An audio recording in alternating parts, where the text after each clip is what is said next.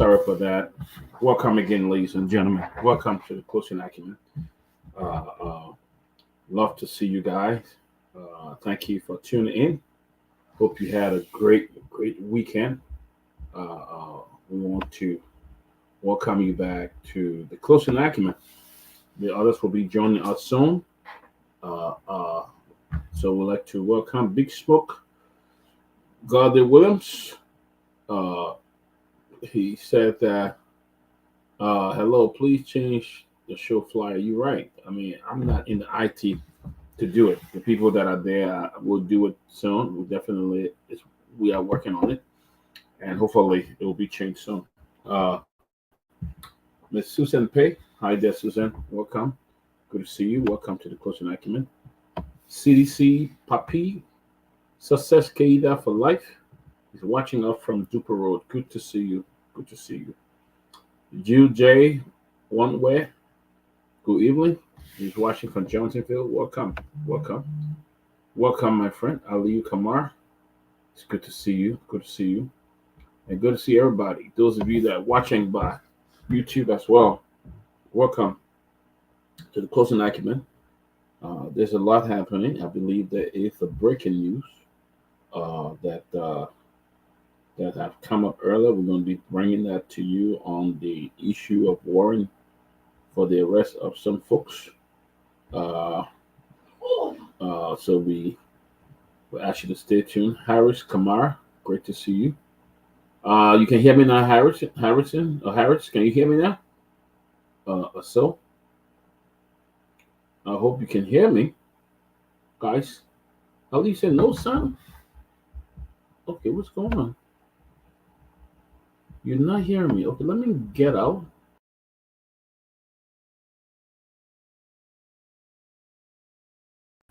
Okay, you hear me now. You can hear me now. If you can hear me, just say yes, yes. Well, guys, welcome to the closing acumen. Welcome. Again, hope you had a great weekend. Hope you had a great weekend. Uh, we are hearing unconfirmed report uh, that the okay, this sound great. Thank you, Susan Winifred. Good to see you, Michael Family. Good to see you, Harris Kamara. All of you guys, welcome. We are hearing unconfirmed report that the resident circuit judge of criminal court C, His Honor A. Blamo, has ordered the arrest and rearrest of some officials of government. Hey, Edwin Guar, good to see you. Uh, this is unconfirmed. This is being reported by the Verity News, but it's reported that the resident circuit court judge of criminal court C, His Honor A. Blamo Dixon, has ordered the arrest and rearrest of Samuel D. Twe, Nyanti Twan, Stanley Fall, Jefferson Camo, Moses Cooper. They have ordered the arrest. Uh, uh, uh. So this is unconfirmed report that is reaching us. Welcome, Yamitro Sedu Mensa. Welcome, Mohammed Sharif. Welcome, James Coyote. Welcome. So this is the breaking news that we just received from the Verity News. Uh, that yep, it is true. Uh, there is a rate of arrest, indictment of arrest, what is say crimes, economic sabotage, fraud, internal revenue of Liberia, misuse of money, property, record, theft, and or illegal disbursement, expenditure of public money, theft of property, money laundering, criminal facilitation, criminal conspiracy. That's what been issued in the First Judicial Circuit Court C for Montserrat County, Republic of Liberia, sitting in its August term before His Honor A. Dixon Blamo, and said the Republic of Liberia by and through the Liberia Anti-Corruption Commission (LACC) plaintiff versus Samuel D. Twere, former Minister of Finance, Councillor Nati Twan, uh, former acting Minister of Justice, Stanley Fall, Director General Financial Intelligence, D. Moses Cooper, former Financial Intelligence Controller, and Jefferson Kamau, former National Security Advisor to the President Weah.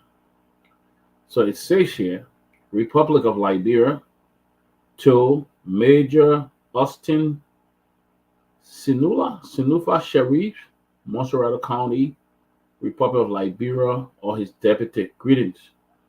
You are hereby commanded to arrest the living bodies of Samuel D. Twere, Councillor Nati Twan, Stanley S. Ford, D. Moses Cooper, and Jefferson Kamau.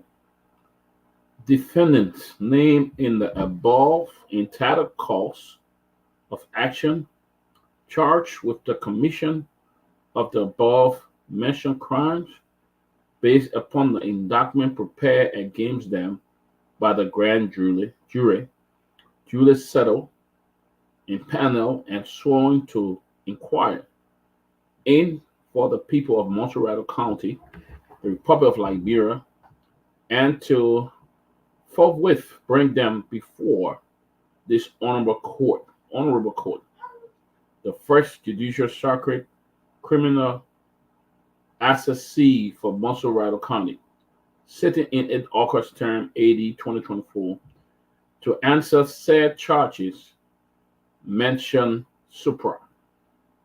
You are hereby further commanded to have your official return endorsed or the back of this rate of arrest indicating the manner, form of its service.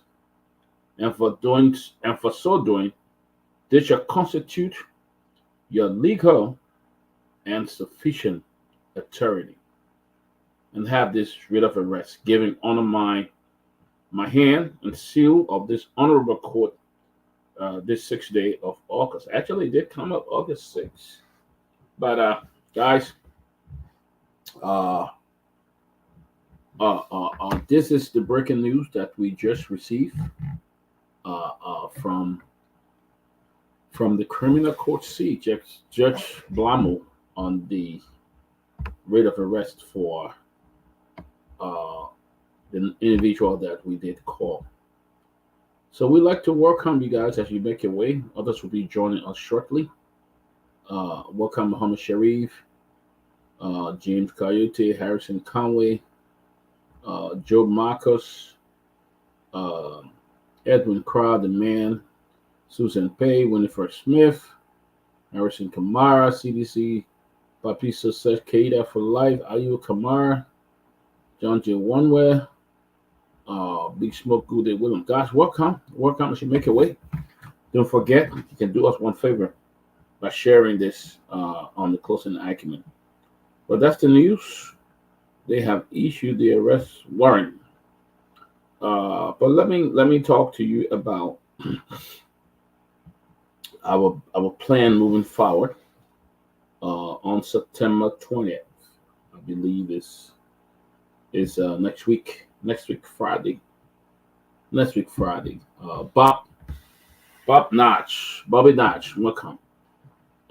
September 20, we'll be hosting a special fundraiser here for the Closing Acumen. We'll be hosting, and the goal is to raise funds to keep our show going and to get it on for the next few days. I mean, coming on for the extra days that we don't come on. So that's the goal. And we share with you. We want to come to you live because you telling us that we shouldn't go. 3 days is not enough for you. And we appreciate you guys make the show. You got to make it happen. So because of that, on September 20th, we'll be hosting a special show to raise some money now, guys. We're talking about $5,000 we want to raise for the closing acumen. We can do it, and we must do it for the closing acumen. So if we'll be inviting some of you guys who watch our show to come up and be part of the fundraiser. You'll be our special, what we call lifter to help us do this. It will be on September 20th. We encourage you to join us. That's why we're giving you a long time. We'll have flyer up this week. We encourage you to join us. If you want to give anonymously, you can also give to us.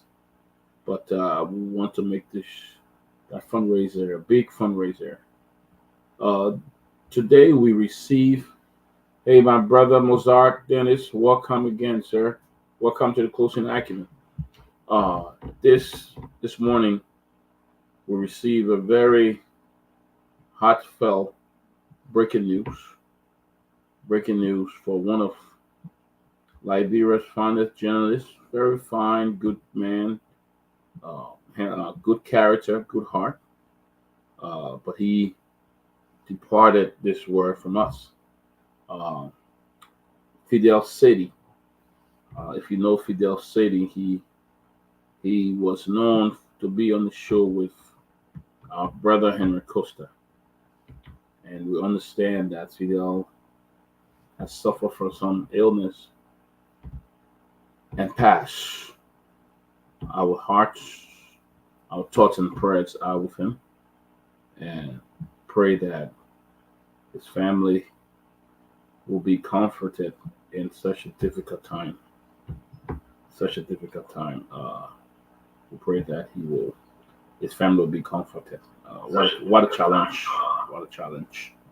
A lot of people, are passing.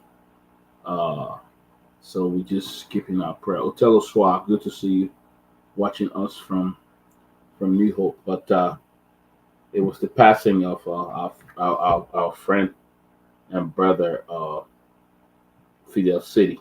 We pray for the family and pray God speeds in such a difficult time. I know how challenging it is. We just lost the other guy named Trojan, and then Fidel also passed this morning. What a tragic time, difficult time. You know, in time like this, situation, life is going on. You know, there are great things happening. There are new baby born. There are people departing this world. There are people getting married. You know, my friend Mr. Joshua Peel got married over the weekend. You know, and one of which he and his darling wife happy, congratulate them on their wedding. They got married this weekend. So to Joshua Peel, my friend, and to you and your beautiful wife, I say congratulations and welcome. Yes, thank you. Mozart is watching the Closing Acumen. Guys, please hit the share button before we get into our topic. But don't forget, we'd like to remind you, if you want to be part of the Closing Acumen on that day, on the 20th, next week Friday, when we'll do this big fundraiser, we invite you to come and join, come get on the platform and talk, and but we want to make sure we raise all the funds needed to keep the Closing Acumen is not going anywhere. It will be here for you, and you'll be able to watch it. But the news is, and then I was just reading.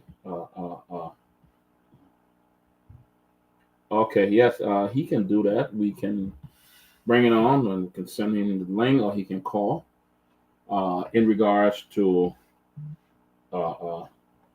the death of our friend, he was a very, very close friend to our brother Henry Costa, and Brother Costa will.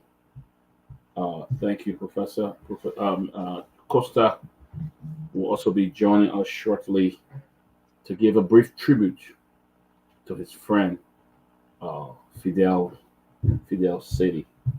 Let's see when he comes on. Dr. Tomalin, welcome. Professor Kennedy will be joining us shortly as we talk about some of the happening Liberia's some of the concession, some of the agreement they are signing in different countries around in China. He will join us to break it down a little bit, and we'll also talk about the recent indictment, just the arrest, the writ of arrest that have been issued for those that we called earlier. But again, write it down on your calendar, keep it there.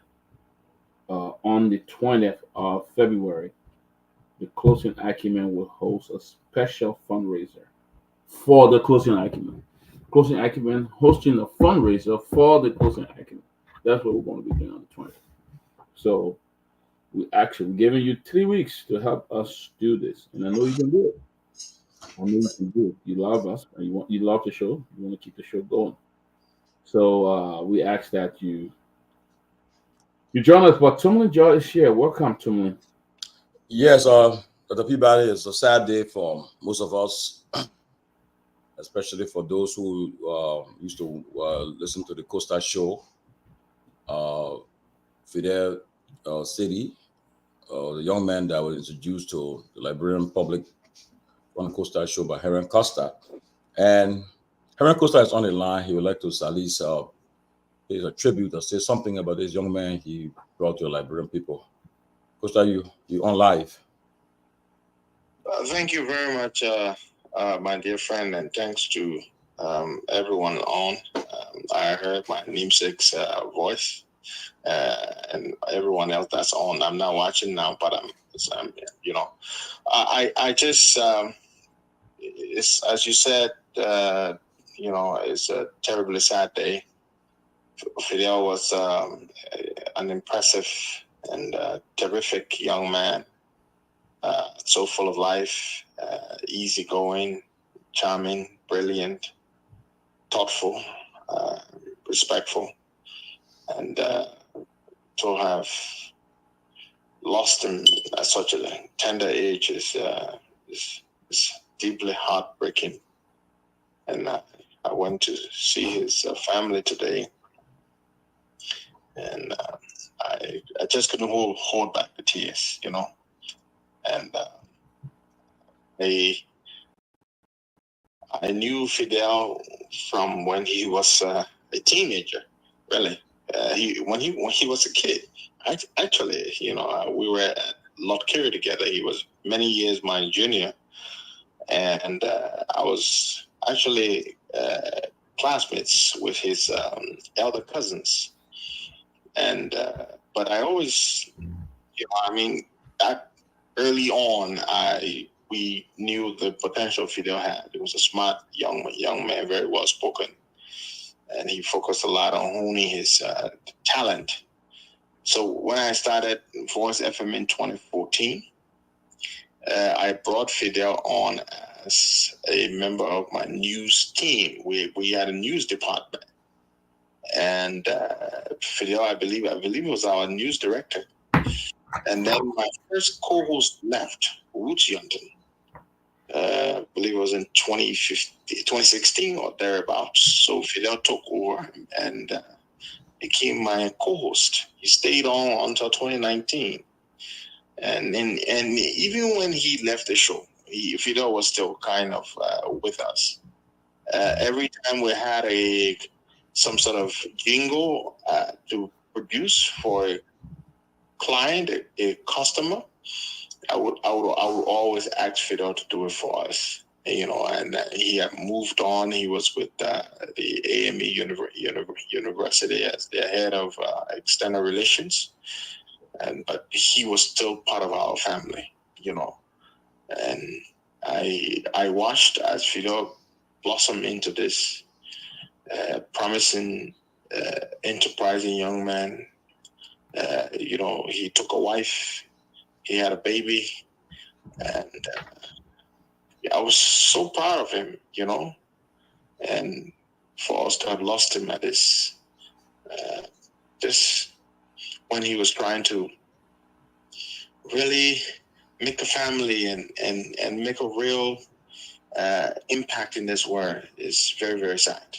Yeah, very, very sad. Yes, I know today is a very sad day for every one of us, especially you. You introduced this young man to the Liberian public, and one of the things you will be remembered for is that you said the jingle, all the advertisement that was played on the show. He was just good at that, very very brilliant young man, very outspoken, eloquent.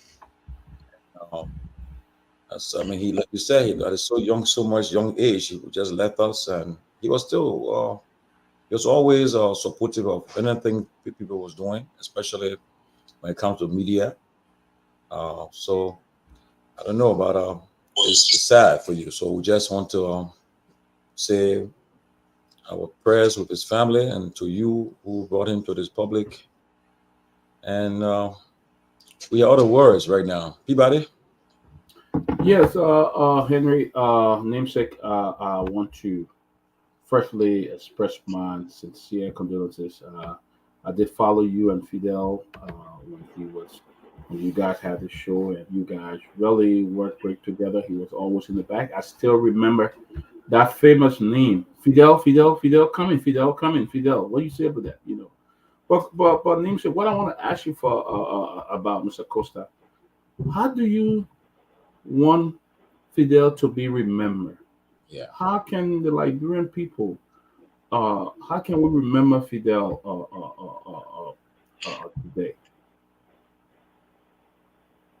That's a very good question, Dr. Peabody. How do we remember Fidel? Fidel may have lived a brief life, relatively speaking, died at 38, but not a lot of 38-year-olds, when they die, cause such widespread grief and mourning and heartbreak as does Fidel's passing. That says a lot.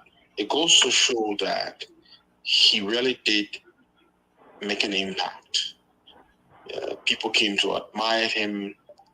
People came to love him. People came to respect him. But I think Fidel's greatest legacy is, and that is to answer your question, how best Fidel can be memorialized, is his time on the Costa Show, because that is what made him this public figure. When I went to see his parents this afternoon, they were telling me how, even at the hospital, how it was a ruckus. The nurses were coming in and out. Oh, that's Fidel City from the Costa Show. And people were treating him with such, reverence and compassion because it was Fidel City. And from the way they were discussing, even in their grief, the pride that it gave them, that their son was so recognized and so loved and so admired. They said people were taking turns to go into his room, his heart, while he was lying there on the bed to see him, just because it was Fidel Sadie, So I think the work he did alongside me all those years, I think it has earned him a place in people's hearts and minds. And, people like Fidel, people like the late Charles Gayon, such people are not easily forgotten. They are not easily forgotten. So I think, a great man once said, what we do in this life echoes in eternity. And the deeds we do, the great deeds that we do in life, immortalize us. They live on beyond our time on this earth, which is transient.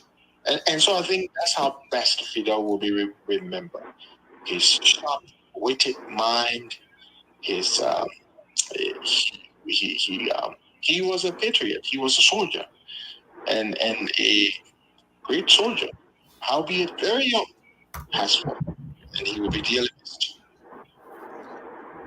I want to say again our condolences to his family, Costa, and to Costa show to you.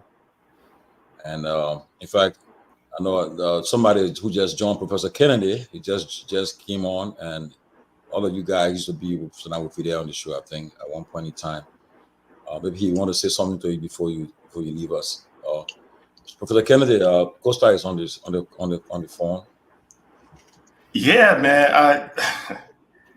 I am so stunned that because I only knew of Fidel through Pedro and the Costa show, and Fidel was so eloquent. And then even after he left the show, I was connecting with him intermittently when he was over at the university. So here's a situation where you have a young man. Costa just mentioned his age because I was asking like how old was he? 38.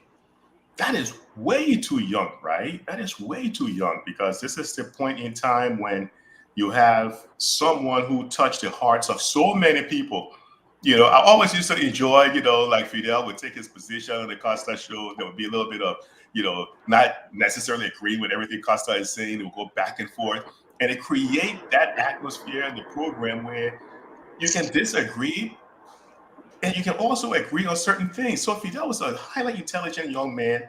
And to hear the news of someone like Fidel, it touches me the same way, Pedro, like how when our man Chucky passed away, the same that tender young age, 30s and so. So, I mean, my heart really, really goes out to his family, and this is not supposed to be happening to people at this age. We need to really do something and make the change. That's why the life expectancy in Liberia is so short, man. We can't let these young people who have such good promise, to just lose them. So, man, I just, I saw it in the chat. You guys posted it in the chat, and I was like, man, this is Pedro's. This is one of the young people that Pedro groomed. And this guy was having an impact in the society. So I think I would just kind of repeat what my brother Henry just mentioned. He touched the lives of so many people. So at that age, his passing is going to be really, really missed, right? It's going to be really impactful. It's really, really going to be missed. So sad to hear this news, man. Yes. Costa, any last word before we take leave of you? Sure. Thank you very much, Larry. Thank you for the very warm sentiments expressed.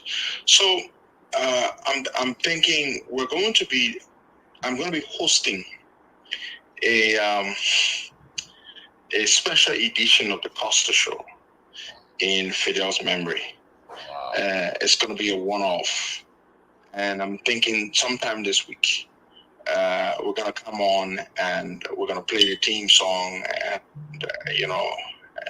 we're going to do a whole session and bring some folks on and just eulogize Fidel and then do some fundraiser as well for the family to identify as a way of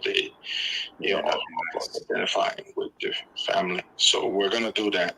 And Larry, of course, you're definitely, we're going to reach out to you as well to join us on this special edition.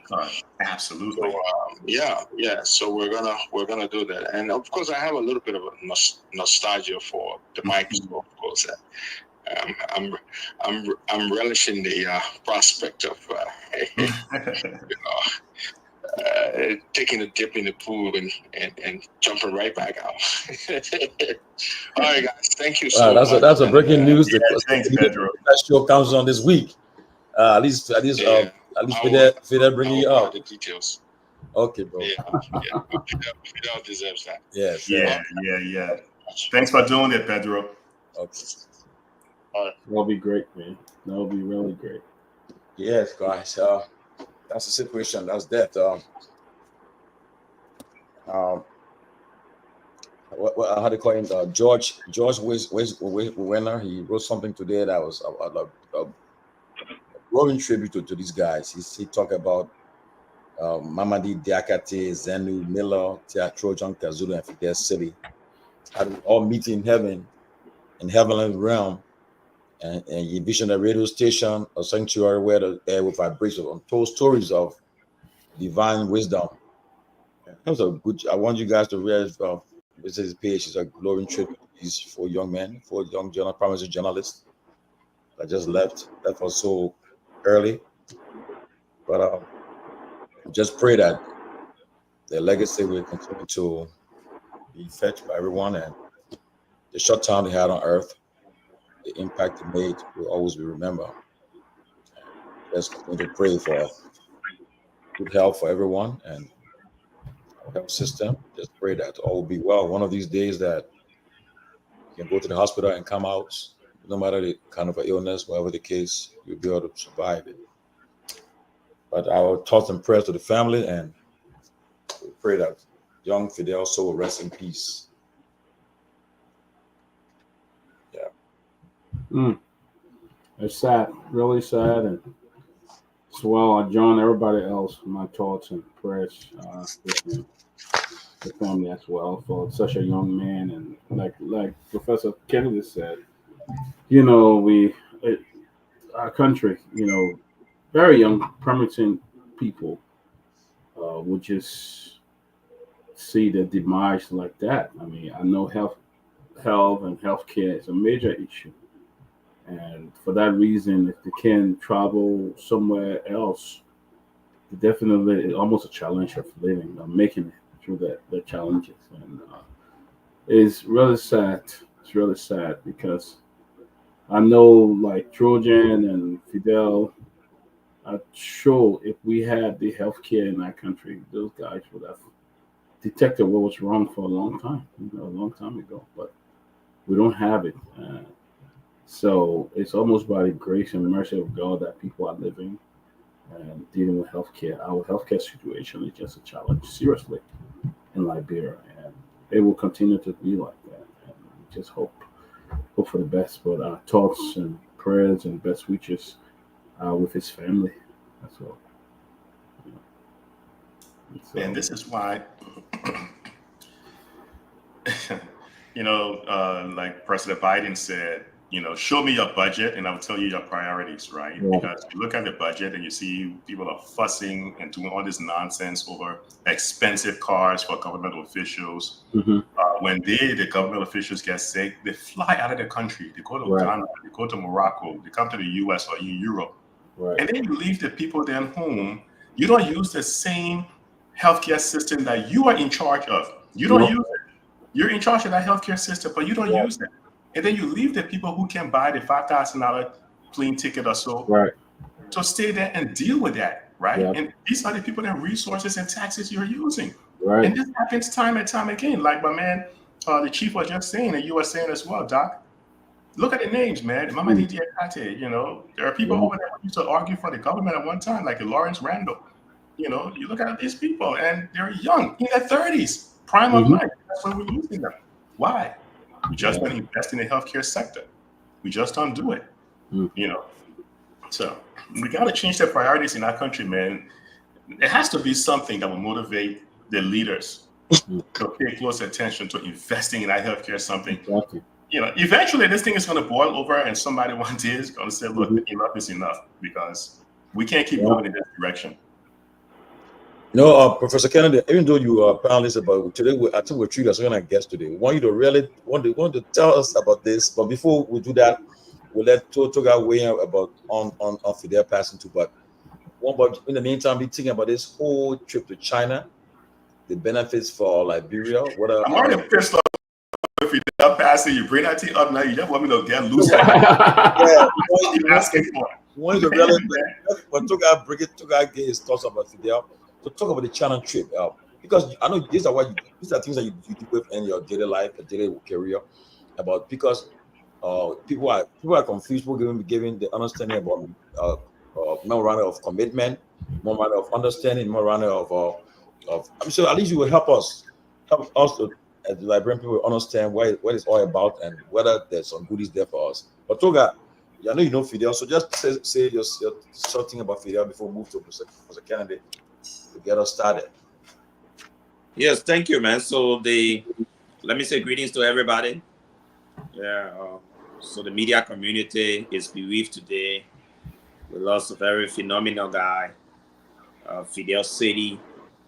He used to be on the Costa show as his co-host, and then later he started to work for the AME University. as his communication person. I also heard him sometimes on Banan FM. Then I also heard him on ABC radio. You know, so he's been around the place, interacting with everyone. He was a very humble soul, very interactive with the rest of his colleagues. So the media community is mourning today, and this is happening just a few months after the death of another very, interesting guy whose funeral we all attended just a week or so ago. But it's my understanding that Fidel has been sick for a couple of months, like around 4 months or so. But the family kept it tight. But it's regrettable, man. It's regrettable. Yeah. So the entire media community is bereaved. Journalists have been posting all day. Most of the talk shows here have been talking about it. People across the country have been phoning into various radio shows about him. And that's how he's been here. And it's been heavily too rainy in the country. I went to a school in Ghana called St. Peter Claver Catholic School. Oh, you went there too? And yeah, I went to St. Peter too. And were there? You were not there when the 80s. Oh, really? You went there too? Yeah. I graduated. In fact, I graduated from St. Peter. And September 9 is our anniversary. And there was never a September 9 that did not rain. Because I knew we paraded every other September 9 on a heavy downpour. And today was another example, as always. Heavy downpour of rain in the country today. And I thought it was just about Buchanan thing, but it fell heavily in Monrovia. And then I saw Joe Lawson. Joe Lawson is still the head of the St. Peter's Alumni Association, and he was talking about heavy downpour of rain in Buchanan. So we're all just, I was reading them talking about it. And these are people that left the school since the 80s. Yeah. And they know that September now is always pouring like this. So that's what's been happening here. But thank you very much for the opportunity. At the scene September 9, the Capitol door, right? Yes, the scene September 9. That door was captured, yes. Okay. So Professor Kennedy, let's say the president went to China with a huge delegation. I'm here. My camera's getting problem. I'm on the show though. Oh, I said, oh, sorry. Yeah. Professor Pewee, Mr. Comrade Pewee. Yeah, you're weighing on about Fidel. We'll move on to Professor Kennedy. Yeah, basically, this is a very great loss to the country and to journalism.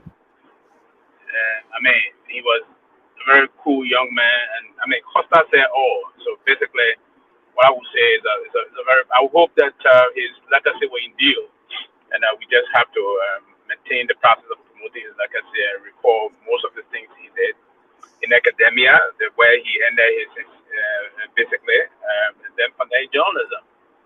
But one of the things I would love to say here is that most of these things is not basically, I agree, we have a very challenged health system in our country.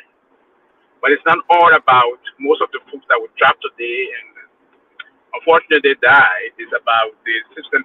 Now, one of the problems we have, and we all, including myself, back in Liberia, with no money, don't have the culture of always visiting the doctor. We don't do those things.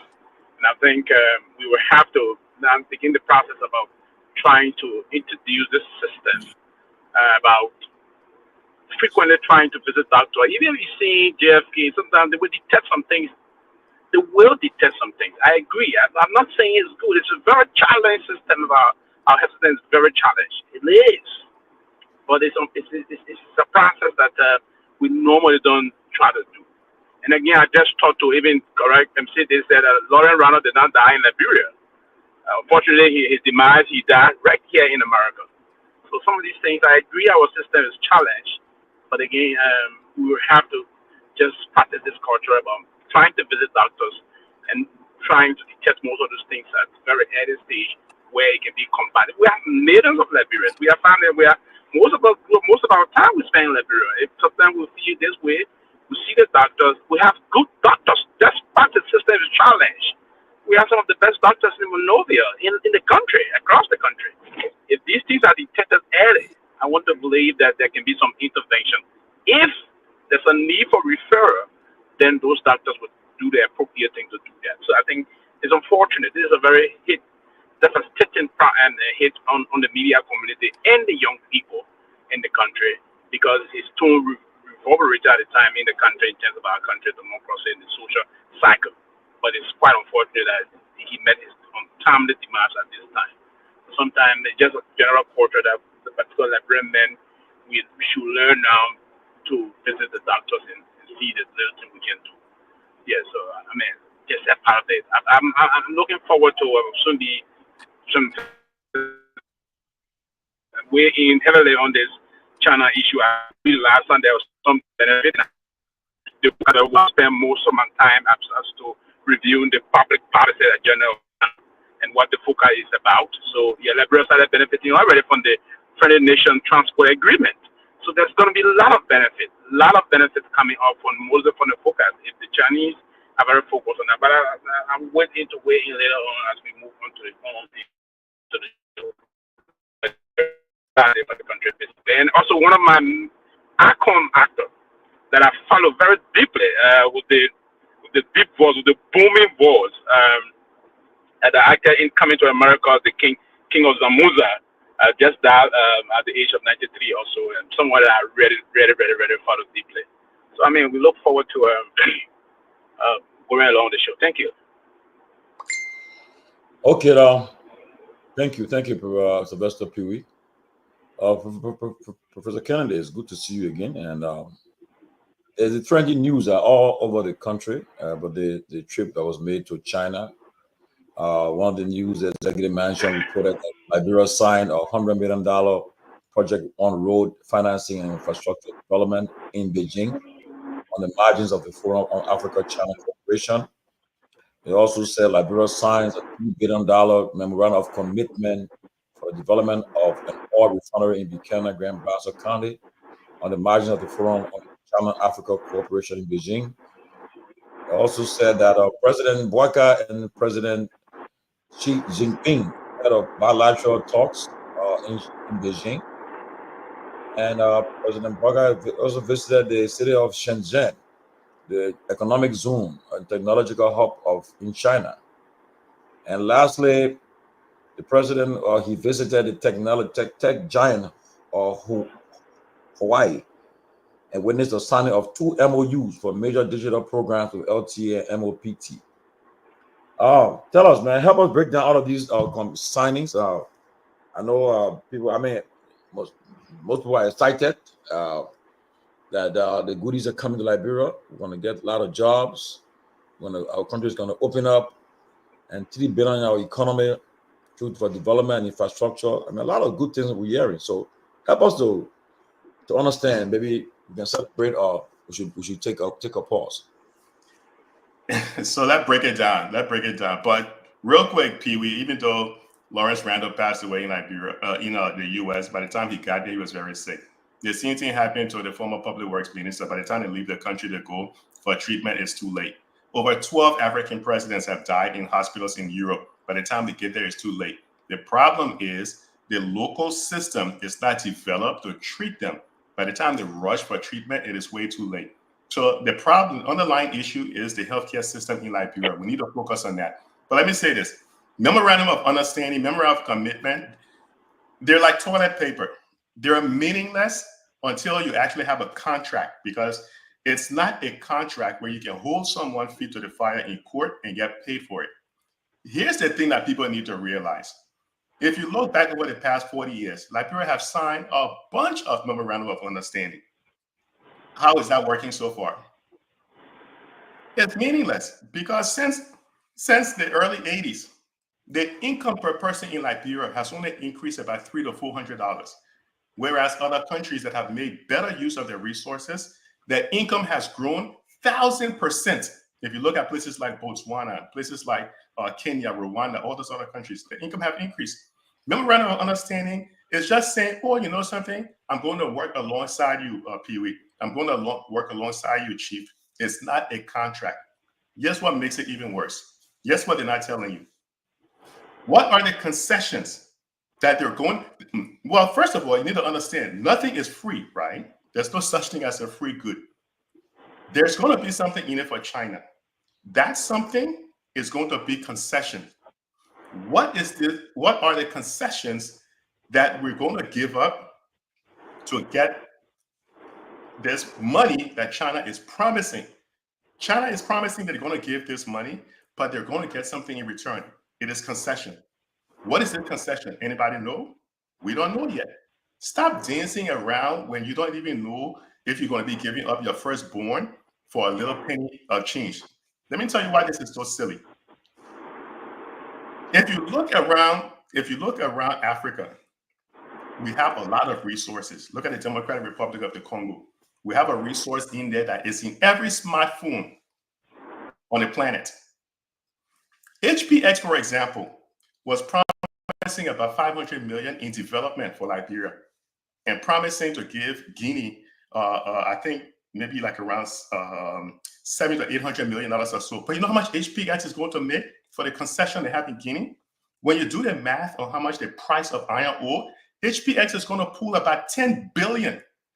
10 billion. They're giving you $200 to $300 million in development and pulling 10 billion out of your country. You think that's a good deal? It's simply because we have no clue. We have followed the same thing over and over and over. It hasn't worked. The reason, let me tell you this, and then I'll pass it back to you, Chief. By September 25th, 26th or so, Liberia will probably get news from the IMF of a new extended credit facility, a new ECF. It will give Liberia another access to about 200 million or so in loans. This is the same Liberia that was just having problems making the debt payment. The same Liberia just having problems making a debt payment. They're taking on another debt for about 200 million from the IMF in ECF. But haven't we seen this movie before? In 2019, didn't CDC come in, said they were experiencing problems, and they went to the IMF and it landed in the same extended credit facility program? CDC did the same thing in 2019. And by 2020, by March of 2020, when COVID hit, they struggled because the economy around the world slowed down and they struggled. By the time IMF came in and said, oh, you know, that money we give you, now you have to do harmonization. That's why people were crying around. So the money that the Chinese are promising is probably just a fraction of what the resources in the country is worth. If they give you 100 million, it's probably worth maybe about 5 to 6 times that, probably even more than that. It could probably even worth maybe about 10, 15 billion. You don't know what they're actually getting. The Chinese not going to give you anything for free. So people need to ask the government, what are the concessions we're giving the Chinese for this supposedly loan? You know, it's not for free. So that memorandum of understanding and commitment, we've been getting that thing for 40, 50 years. It doesn't pan out. It's absolutely meaningless. Don't celebrate it until you have the cash in hand and you know what exactly you're giving up. That's the point I want to make. Professor, let me ask this question. We're seeing billions of dollars. What does Liberia really have to offer to sign these memorandum of understanding besides the iron ore, the Wolagisi Mountain? What do you think Liberia really have to offer when you talk about $3 billion, even though it's a memorandum of commitment? What does Liberia really have to offer to get to that amount? And that's a great question. Liberia has a ton of resources. Wolagisi is one of them. HPX is going to benefit from the Guinea side of the mountain up the Inimba. That's where they're going to benefit. Wolagisi is a huge one. Gold is a huge one. We know the Chinese at one time was even taking things like sand out of the country. So there's a lot of resources: timber, gold, oil palm or palm oil, which is in pretty much every product. Even the orange soda we'll be drinking, the soap we'll be using, it got palm oil in it. Iron ore, look at the price of what iron ore is trading at. So those are the kind of resources that the Chinese The fact that China is doing a lot of development, putting up a lot of skyscrapers, putting up a lot of buildings, they need raw materials to keep this up. Where have we seen this before? We saw it during the original colonial times when all the people from Europe, from Spain, from Portugal came over to Africa to look for resources. So it's a type of neo-colonialism, right? We have a lot of resources. We just haven't figured out how to monetize our resources because the leaders listen to the same people over and over again, telling them the same lies, not having the technical know-how. And as a result, the people suffer. You know, resources are not endless, Doc. And I think Togar will agree. The resources in our country, it's not like the goose that's laying the golden egg. It's not going to keep happening. It's not going to be there forever. You're eventually going to run out. We saw Senegal deplete the fish in the ocean, and it came to Liberia to do fishing. So your resources can be depleted. So if something is not done, you will end up with deforestation because all your timber will be gone. You will have given up your iron ore for concession because the IMF ECF program forces you to only borrow money on concessionary terms. That's why it's so messed up. It is such a bad thing. You go for the extended credit facility and IMF say you can only borrow now through concessions. You know, and then the worst thing too is, look, the first place you should have gone, considering how much money you receive from the US, you probably would have tried to make an effort to meet up with the US first before you go run into China, that the US is a direct opposite of opposition or competition with. So it's our resources, Doc, to answer your question. I would just go to ask that question in regards to the US. That's my second question, and somebody else can come in. But there is a Chinese high tech company, I may not pronounce it right, called Huawei, HUWA, I think YE or something.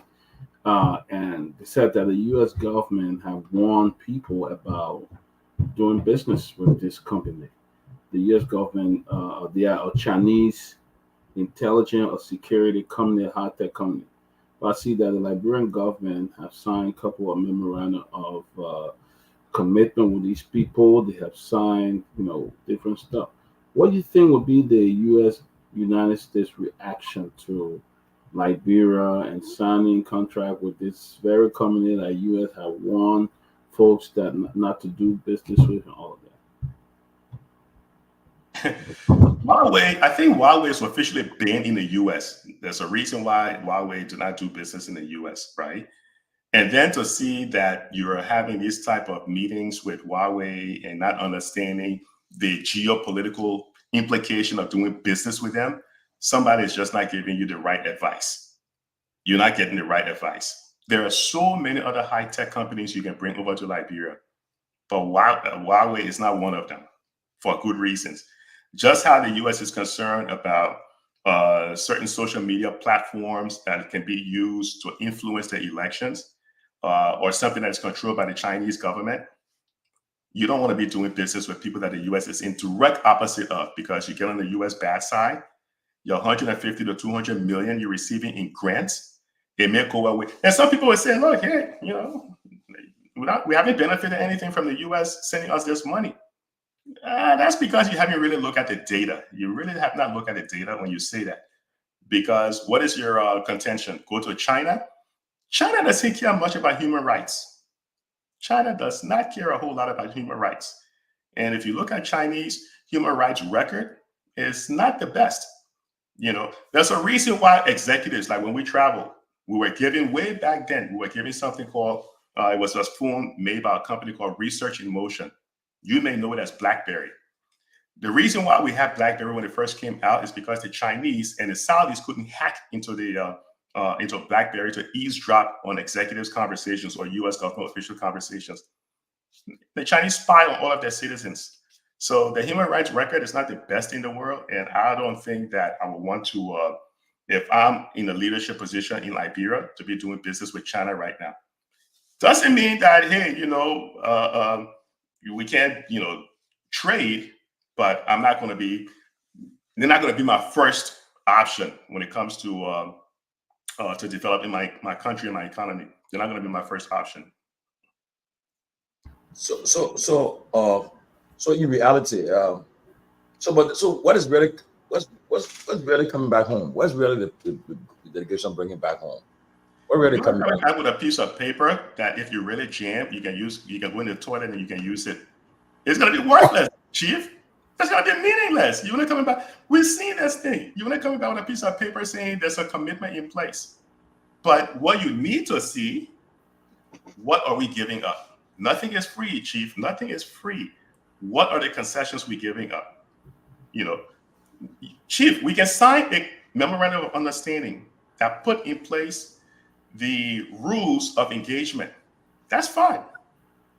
But when we move that over now to a contract where I'm receiving something, and contract has to be a mutual arrangement, meeting of the minds, where I'm receiving something and you're receiving something in return.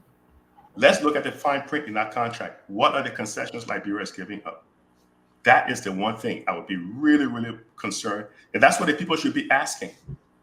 What are the concessions Liberia are giving up to China for this future commitment or contract? What are the concessions we're giving up? Chris, welcome. Pewee, welcome again. Chris, you want to Thank chime you. in? Yeah, I would like to say it's good to be here. Chris Guar is my name. And I just came into the conversation while Professor Kennedy was speaking. So I don't have nothing much to say. I just give a little bit of input on this whole Chinese is it MOC or MOU? Which one is, I don't know which one is which. But I personally feel that because China has taken over 80% of Africa already. To tell you the truth, I was just in Ghana. I saw everywhere we went, the Chinese people, they were on top of things. And I will ask Professor Kennedy, being that what is being said and done about Liberia since 1847, and then when the other people took over after 1847, because before that time, before the war and the coup, the 1980 coup, Liberia were way better. We all know it because we all, I think, Togar, you were born in the 70s? Or you 80, you were born in the 80s? Huh? You Peking?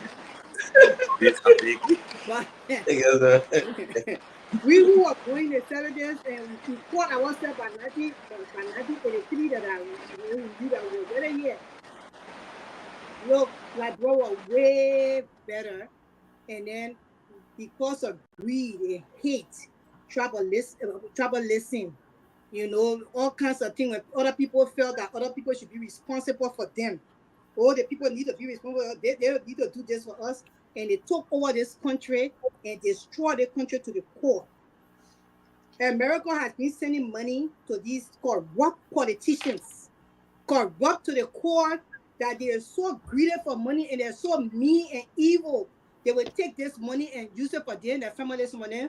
When push comes to shove, we will see them in the dumper because they will not be able to use the money right because it's not rightfully theirs. So we know that will happen. But they took the money and America kept on giving them money. They keep on taking the money. I don't know why America don't have a strategy to say, okay, we will use this money that we're giving these people. Ourselves will come to the country and be able to bring all the equipment that they need, and we'll hire the people on the ground, monitoring to do what they're supposed to do for the country. America don't have that time. They got too many people to help. I was just coming from working in the parking lot. I saw a white woman, homeless, in her car with her 3 children. She stopped me because she saw my badge, asking me what benefits she could get. I asked her everything. She told me, say she did get 1 or 2 things. It can't even pay her rent because the cheapest rent here in York, Pennsylvania is $1,200 for a 2-bedroom. And she was homeless. And I had only $6 on me. Because, we use card. I took my $6 and gave it to her to help her and give her some information.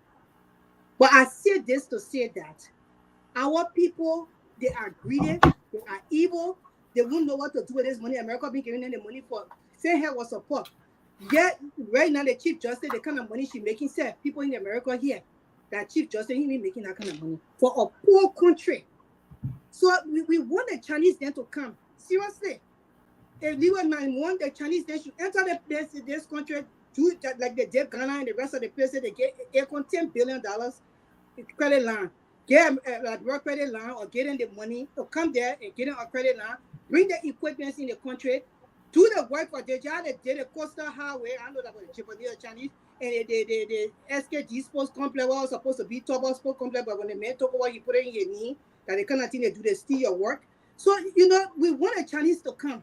Because for us to see like we're better in the day and age, maybe some other country need to take over this country and fix the country where it's supposed to be. Because as we can see, the Americans have been happy like for since I don't know when.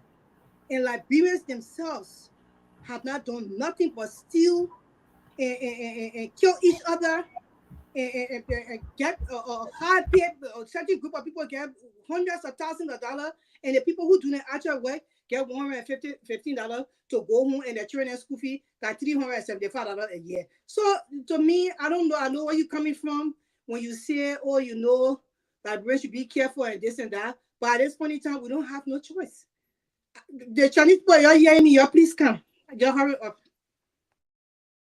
So let me ask you a question, Grace. Can you give me an example of a country that China went in and they developed? Oh, yes. The Chinese went into Ghana. Although they used the Chinese didn't do it in Ghana. They went through the government. They went through the government to develop the country. Because everywhere you go in Ghana right now, the supermarkets, the Chinese are behind it. The hotels, the Chinese are behind it. The Ghanaian people work for them. So how did they do that? They did not. They did it some way. So to me, I don't know much about this topic, but I will tell you the way they did it. Maybe they could do it for Liberia like that. Because if they take that money and put it in the rogues there, those thieves, those evil people, those people from hellfire, why sitting in their position and why giving $10,000 in church offering? I don't know what they're trying to prove. If they give it to them, our country finish again. Then they will come and tell them what give some money and me will go in vain because certain people will take the money and put it in their pocket and they will not do the work. Let me say something real quick. Ghana managed to develop because Ghana has a sovereign debt rating. It's like a credit score. Ghana can go to the international sovereign market and they can borrow billions, which is what they're using to develop the country. And even when they struggle with it, they would ask the IMF for a bailout. So it's not the Chinese who's really doing it. One thing that China does, which is going to really hurt the small business people in Liberia, China has a tendency to do dumping. The little small people there who making even things like slippers in the market, China will put them out of business because China is looking for places to dump their products. People have filed cases against China with the World Trade Organization, the WTO, because of China's behavior. So China hasn't shown in any capacity to go into any country and help to develop that country. They tend to go into these countries, have very good concessions, pull a lot of resources out, and then use the country also as a dumping ground for the cheap material that they develop. So that's something to really be concerned about. Ghana really helped themselves because they have very good credit rating, and Ghana always use highly technical people in very highly technical positions to make this happen. So who Ghana has the credit ratings with? Because I know Senegal. So Ghana has credit ratings. Yeah, there are three major credit agencies, right? There's Moody's, there's Fitch Investor Services, there's Standard & Poor's. Those three credit agencies are the ones who can go and say, look, listen, this country is stable. This country is able to pay its debt. As a result, you can go and borrow money. Because of that, China can borrow billions from the international market because they have credit ratings with Standard & Poor's, Fitch, and Moody's. So that's what China has done. The countries in Africa that are doing this, like Botswana, South Africa, China, and other countries in the ECOWAS region, there's a handful of them. You need credit rating to borrow money, not on concessionary terms, because concessions, you don't know the true value of your iron ore. Our people don't know the true value of the iron ore. If they hire experts to say, look, this iron ore is worth 100 million, and they're doing a concession with China for 100 million, then you can say, okay, we're on par. We're doing an equal trade. But that has never happened in the history of Liberia. So I'll be highly suspicious when China comes in and say they're going to promise you $100 million. What are you giving in return? It's what we have never seen in the past. When we find out, it's a little too late. That's when people then start complaining, oh, These people that pulling all this iron ore, they're pulling all this rubber out of here, all these things out of here. We don't benefit from it because we cut very bad deals from the onset. So that's how Ghana did it, the sovereign debt ratings. I see. Well, at this point in time, my last question. At this point in time, I don't know what else that Liberia will fall into. This country is being seized. And you know how when people on a ship, they go into a destination, and all of a sudden say the ship was seized, they change their destination to another, that how the country has been seized by the certain group of people, and their country needs to be a rescue. Now with Joseph Boakai rescue, Joseph Boakai rescue, that rescue. Yeah. Their country needs somebody from somewhere else to come and rescue the country, maybe a different country than where we are right now. I totally agree with you. The country needs to be rescued. I agree with you. No argument from me on that one, Grace. But Professor, so y'all with this stuff, man. Please, y'all with this stuff. We're talking. I mean, who with this stuff? Well, okay. Yeah. Economists are saying that the excessive loan that Liberia is taking from the IMF and so forth. I mean, the IMF could jeopardize the IMF program of Liberia, and also China, the Chinese development package for Liberia, whatever they want to do for Liberia. How do we explain it that the IMF about to give us a loan again, put us in more debt? So with the IMF, would they be comfortable with the Chinese investment that they are trying to make? Would they be comfortable with it? They're not going to say nothing about it? So the IMF will give Liberia a warning, but I think the IMF loan is going to happen before China actually step in to give this other loan. Remember now, Liberia has been they got different type of risk level. When you are at high risk of default on your debt, the IMF is very cautious on giving you any new loan. Liberia has been at this moderate level for a long time, but Liberia has missed making debt payments. When COVID hit, the IMF put together a package that said, you guys, any country that was interested in it, the IMF said, you don't have to make any debt payment for almost a year. Well, I think it was a little less than a year. It's like 8 months. You could tell the countries then who have been struggling. Liberia was one of them. They were begging the IMF to enter that program where they weren't making debt payments. Countries like Botswana never entered that program because the country had a stable economy. They were being well managed. They never entered the program. To your question, Chief, the IMF, like the World Bank, these guys are there to make money. No matter how you cut it, they're there to make money. Just how somebody with bad credit in America can go for a payday loan. Somebody will be willing to lend them money. The IMF is doing the same thing to countries like Liberia and other countries and keep putting them into more and more and more debt. It's not a good thing, but the IMF does it because there's money in there to be made. There's money in there to be made. So anybody who is saying this is going to put the country at risk, totally agree with them. Totally agree with them. Because if I remember the CBL report, I think we may be spending about $35 to $40 million a year just for debt servicing. That's a lot of money. When you have about 89 to 92% of your budget going to recurring expenditures, and part of that recurring expenditures is for you to make debt payments, you have very little left in development. That's why the country is not developing. That's why the healthcare system, the education, the roads, and all these things, they're not going anywhere. We leave very little for development. We spend so much money on travels, on new cars, paying people's cell phone bill, a whole lot of nonsense. Very little goes into the things that will help develop the country. The education, teach the young people, boost up the education, the healthcare. You can't go to school if you're sick. You can't go to work if you're sick. Those are the kind of things that lead to development, but we don't invest in that. So, yeah, I say we will be putting ourselves in even a little bit more risk by taking on more debt because we haven't shown a way to manage the resources when we get it.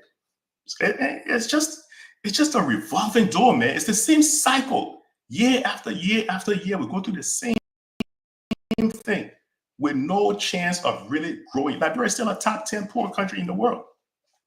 So I agree, Chief. I agree with people who are saying it's going to put us at greater risk with this new debt. Okay. Can I come in? Yes. Yeah. Okay. Thank you. My issue is basically not just about the debt. My issue basically is about the loans we take. What do we actually even do with the loan we take? I think that's one of the basic concerns. Say, for example, I'm in a place where I see Liberians go to the bank here, and they'll go and tell the bank that they want to do business, for example, or they're into business already, and so the bank gives them a loan based on what business they have. The Liberian man will go take, and I have many of the instances like during the election, a lot of people will call you and say they took the bank's money and they can't pay the bank back. But then you go to check, and you get to realize the Liberian man will take the man's money from the bank, maybe $2,000 to $5,000. He's supposed to come and put it into business that's supposed to develop into something to pay the man back. When the Liberian man takes the man $5,000 from the bank, the Liberian man goes to the boutique, starts to get new shoes, and new clothing. He forgets totally that he took the money to do business. He starts using bulk of that money on himself. So now he go buy land. 1-2 months later, when it's time to start paying back, then Liberian men start crying. Who did the bank their own offer money? But because you did not use the money for the purpose that you took the money from. The same thing happening with us as a country. It's just a Liberian mentality. You take the people money, but you don't put it into the requisite things. So, for example, if you were bringing 100 million that we hearing from China or so, and you think that bulk of that money should be used, for example, in the Southeast. Why the Southeast?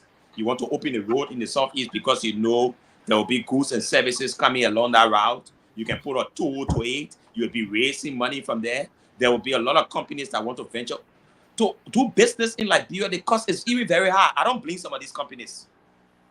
Take, for example, when Metal just moved to Liberia, Metal had to be taking more than 20 to 30 trucks, few trucks on the road to Buchanan every day. No electricity. So the company had to be moving trucks, buying a few. In fact, when Metal is taking 40 trucks to Buchanan, so now almost 10 almost go missing from stealing. Because I know boys in the sector who were making maybe $200-300 a few click, but they became rich. So the guys will put the stuff in the hole and they make it appear like the fuel is actually going. When the fuel not even going, and they're putting it down and telling the Indian man or whoever is sitting and taking note that yes, a $45,000 tanker just offloaded. Nothing offloaded in our hole. So you know how it was costing the company to operate alone. So one of the things we got to, so you must be taking the money to invest into something that brings money. Could you say you want to invest into your electricity program, power generation? And because you know how much money you would make. If this entire country was electrified, you know how much money government would make? But we bring the money, what we do? We pay president $22,000 a month. We pay LTA people $15,000 a month. We pay Chief Justice $20,000 a month. Somebody say at the poll we get them $21,000 a month. The way we use the people money. Other countries, and like Grace said, I agree with, other countries are actually moving with the Chinese money. To tell you the truth, if you went to places like Kenya now, you will see high-speeding, how you call the thing, moving right now in China. The train.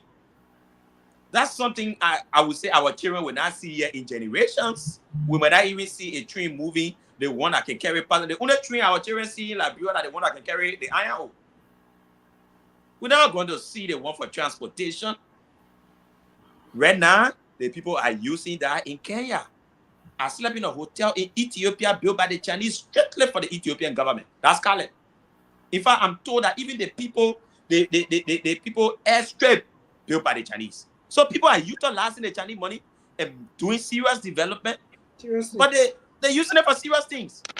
For all, we get the money and we put it on frivolous issue. Do we need to take 60 persons to China, for example? No. The number of people alone that we talk to the people country, the people can know straight that you're not serious. I think there were over 40 something or 20 something presidents went to China before I left, right? I think the Chinese president only went to work on 2 or 3 directly himself at the airport. And when you notice the people that the Chinese president himself went to the airport to meet that were serious people, serious countries that they see as partners, that the people the Chinese president told his own time to go to the airport to work on. He's not going to work on you that taking more than 60% on a delegation. He doesn't take you seriously. So the way we treat ourselves, I just wanted to say that in passing, Professor Kennedy. Thank you. Let's go ahead. Togar said it. It's one thing to get the money, but what they do with the money is a totally different story. The money is like you using a sifter or a bucket with holes to go to the well to dig out water. It's not you put it in there, the money comes right out through the bottom of the bucket. That's what they do. And you're right. I mean, how do you consider somebody to be actually serious when you bring such a large delegation? You only need maybe a handful of people, maybe 5 at most. Now, to Togar's point, if you're going to borrow $100 million, if you're going to borrow $100 million and you're giving concession, let's say you give concession about $150 million, and then because you know your system is so corrupt, part of the arrangement is to bring in contractors to do that work. It's good and it's bad. The good thing is you will see something productive at the end of the day, right? The bad thing is the money now, those contractors that you, unless the Chinese are going to manage it, but the money those contractors come in will end up going out in remittances back to China, right? But at the end of the day, you will still have something tangible to show. But it doesn't have to be that way. It doesn't have to be that way. You know, Nelson Mandela said one of the biggest problems we have in Africa is we have a leadership deficit. We don't have very good leaders, right? We have a leadership deficit. That's why we see the same thing happening over and over and over and over. So, you know, but I know Brother Pewee, he's planning a massive protest if he's not given a chance to speak. So I'm going to be quiet.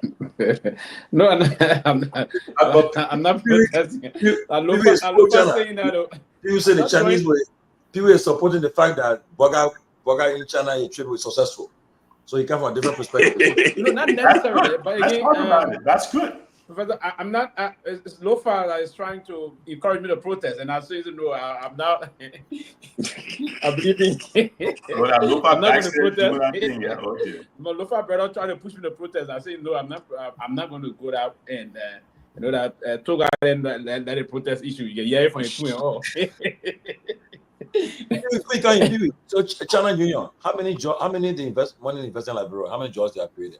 China Union when from the initial process came up to close to $1 billion investment the China Union carry out in the country, and I thought at the time the investment being, but again there been some. The money, where the money go. There been some racket. No, there was some progress because part of the social.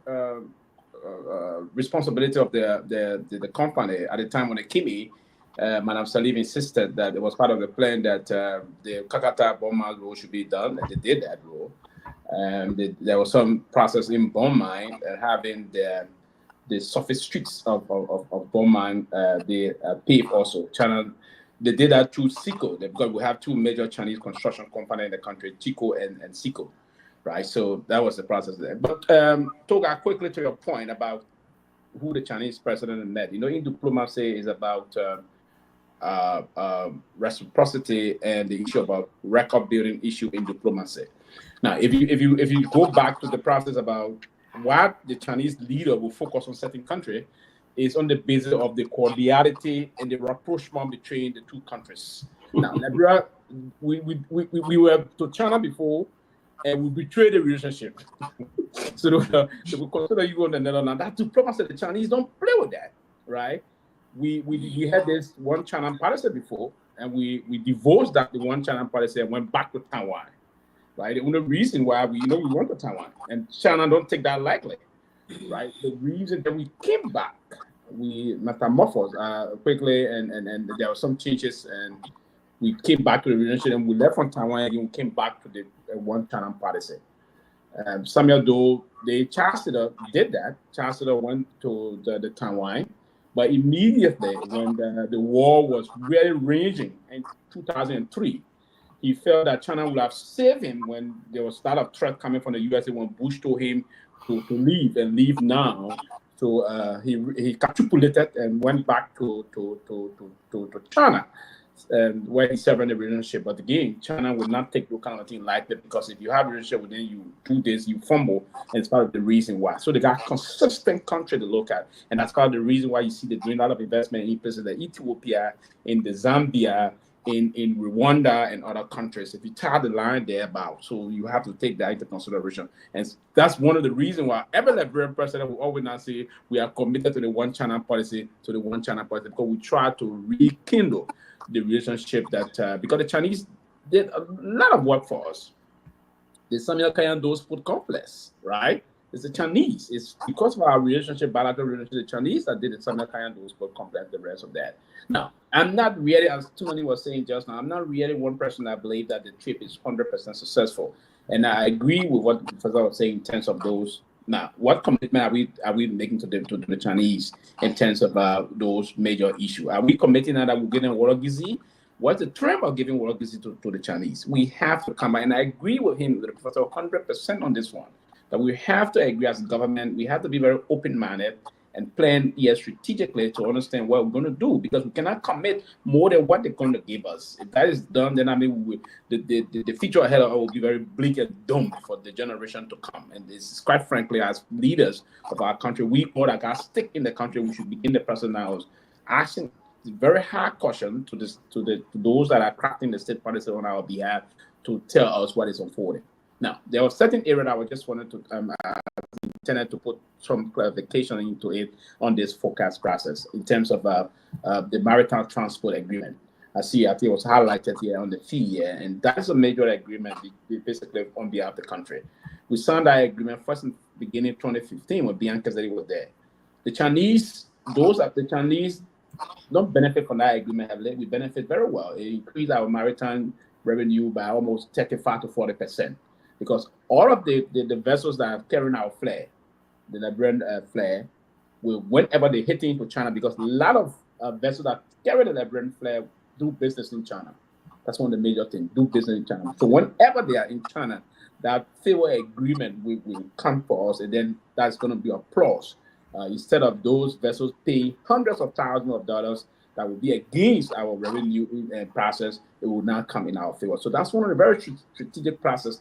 That agreement should have been signed some years back, or I think by the former commissioner. But for some reason, again, the Chinese are very, very much tough in terms of diplomacy. And this issue about their human rights. I agree with Professor Kennedy that they don't have a good human rights record. That is clear. But also, I want to remind the professor that the Great United States of America is one of the biggest partners in business with the Chinese. That is clear. You know this. China is America's biggest business partner. They don't have a good human rights record. That is clear, right? So I don't want to think that I will agree with the professor that we shouldn't do business with them. We're struggling also. Saudi Arabia also don't have a very good human rights record, but again, the U.S. president will always run to see the crown prince or the rest of those things. But I agree also with some of the issues he said, but I beg to differ a little bit in terms of if we can leverage our relationship with the Chinese that will impact us positively, it's going to be a good job to do. Now, quickly before I can conclude here, the Chinese, in the recent history of our country, have been strategic. Togar, you have been entered before the ministerial complex. See the theater we have there. That ministerial complex, the Chinese spend millions of dollars to do that ministerial complex. And that's one of the main reasons to engage the Chinese is to engage them through the bilateral means to come and do projects in our country. And that's why Madam Sadiq, I thought she was very strategic and crafted in trying to maneuver her presidency in those ways. That's why today you see those things. Look at the NBTC. So I want to believe you travel the Japanese freeway.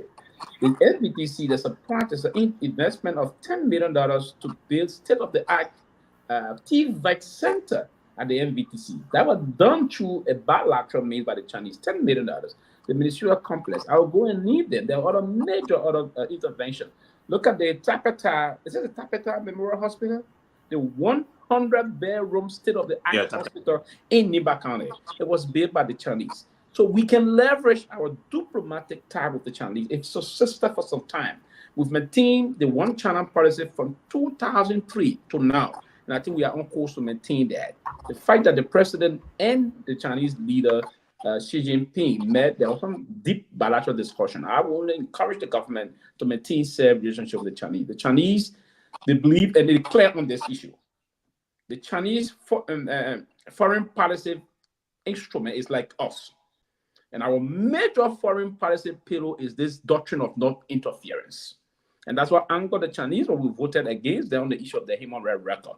The Chinese themselves believe clearly the non-interference doctrine, the element of non-interference is what they believe in.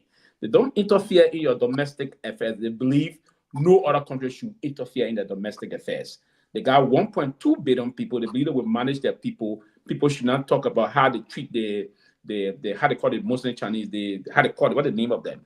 That's where the problem came from, right? So about those, they can't allow the human rights record. So they believe they will come to your country. They believe in dialogue diplomacy.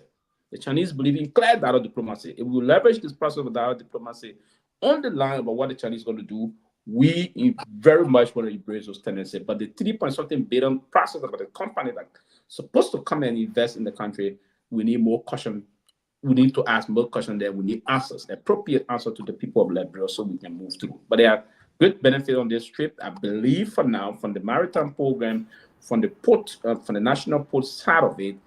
Now, the issue about those other commitments that's coming in terms of the bilateral discussion that were held between the two leaders, we will have to now begin the process of dissecting those things. And see, I hope it's not going to be a tantalizing type of situation that will be very difficult for us to analyze, but eventually we're going to see some results coming out. But I'm still going to ask some questions. But I'm very positive. I wouldn't be a counterproductive thinker for now, but be positive about what is coming up, particularly from the maritime program. I will project our revenue from that end, and we can move on a lot of things in other countries. Now, the overhead bridge quickly, the $52 million I learned, did not committed also to start the overhead bridge in the next couple of months or so. So they're going to do some things to make sure that $52 million will be pumped in and all the bilateral means will come up. But it's a $60 billion investment the Chinese are going to do for this 2024 focus. I think that is a resigning process that we can tap into. But yeah, my concern, Professor and others, most of the projects that the Chinese undertook in Liberia that was alluded to by Pewee was done on bilateral agreements. But now, this trip, the president and President Boakai and President and she had a one-on-one bilateral meeting. I mean, just and nothing really. All he said was China will help Liberia development. That's all. But the issue that making people concerned is that there was no bilateral agreement signed in China on this trip. No, before the president come in, the foreign minister, her team, and the rest of the technical teams, they are still on it. Now, on the fringes of the discussion, there's going to be those technical issues going to be now arranged. Now, the commitment of the $52 million, they say the president, I got a very deep information from the president meeting of the Chinese president. The Chinese president committed that project will move on very soon. Yeah, that project and other project will come. But yeah, the technical details should be discussed between now and maybe the end of this week. But Pewee, others, look, when you talk about when you attend these meetings, when they sign a bilateral agreement, that means it's binding. The bilateral means the two countries coming to say, look, we are going to do this. But I've not seen no bilateral agreement signed on this trade. I'm not concerned. Yeah, they've been talk about it. They all talk. But until we say the bilateral agreement where they say the ministers of finance of Liberia, the minister of defense or public works, they are signing with the Chinese counterpart. That's a bilateral agreement. But that one is genuine. That one is substantive. We don't say yes. We show that it's coming. So most of the projects you talk about, the Chinese investors took on Liberia were bilateral agreements. That's why you see it came into fruition. But what we are saying is that one big people are a little bit concerned is that there's no bilateral agreement signed on this trip. And people are, once it's not bilateral, it's multilateral. I mean, then you don't people are confusing with the words there. So you'll help us, Professor, help us, because there's no bilateral agreement have been signed on this trip. That people are concerned about. bilateral agreement is a contract. And a Yes. contract can be taken to court, and one party can be held for breach of contract and have to pay the other party. Memorandum of understanding, memorandum of commitment, there are not contracts. There are only agreements put in place in terms of what you promise to do when you sign a contract. So if you have a memorandum of understanding or commitment that leads to a bilateral agreement, then you have something tangible in hand. Yes. But Yes. that's not what's happening over here. That's not what's happening over here. And it would have been, it's even better if Liberians were the ones who, if we have good governance. I know we don't have it, so I'm not even going to go there. And that goes to what Grace was saying earlier. Why Togar, Grace was saying, we need these people to come in and do this stuff. We need to fix our system because we've seen this. People coming in to do this work, that means we're not creating jobs for our people. Because the Chinese will send Chinese people to come and do some of the work. And that's a problem right there. You know, we have to fix the system whereby Liberians are doing the work. The money stays in Liberia. It follows an economic principle laid out by John Maynard Keynes called the Keynesian model. What that does is, if I make money right here in Liberia, I will spend that money right here in Liberia. I'll go to the market, I will buy something. The market woman will then take that money, she'll go to the farm and spend that money. And then it will multiply. There's a multiplier effect because the money is staying right here. But if they're sending Chinese people over there, it goes back to China in remittances. That's why you look around Liberia, we have a very high unemployment rate.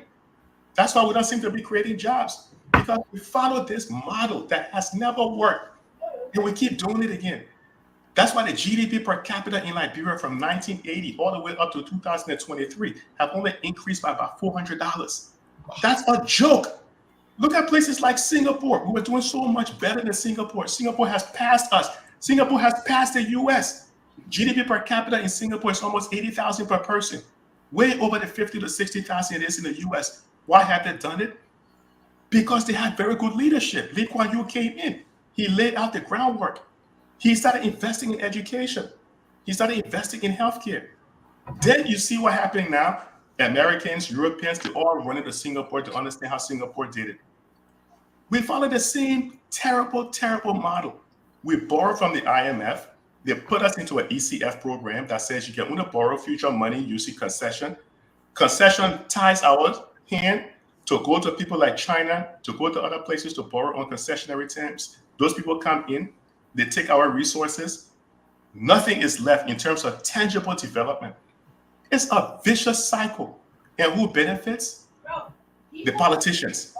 Because when the concessions come in, even when ExxonMobil, remember one time the big thing in Liberia was to sell oil blocks? Everybody was selling oil blocks. What happened to that? Did it materialize into any job creation? Did it materialize into any type of drilling?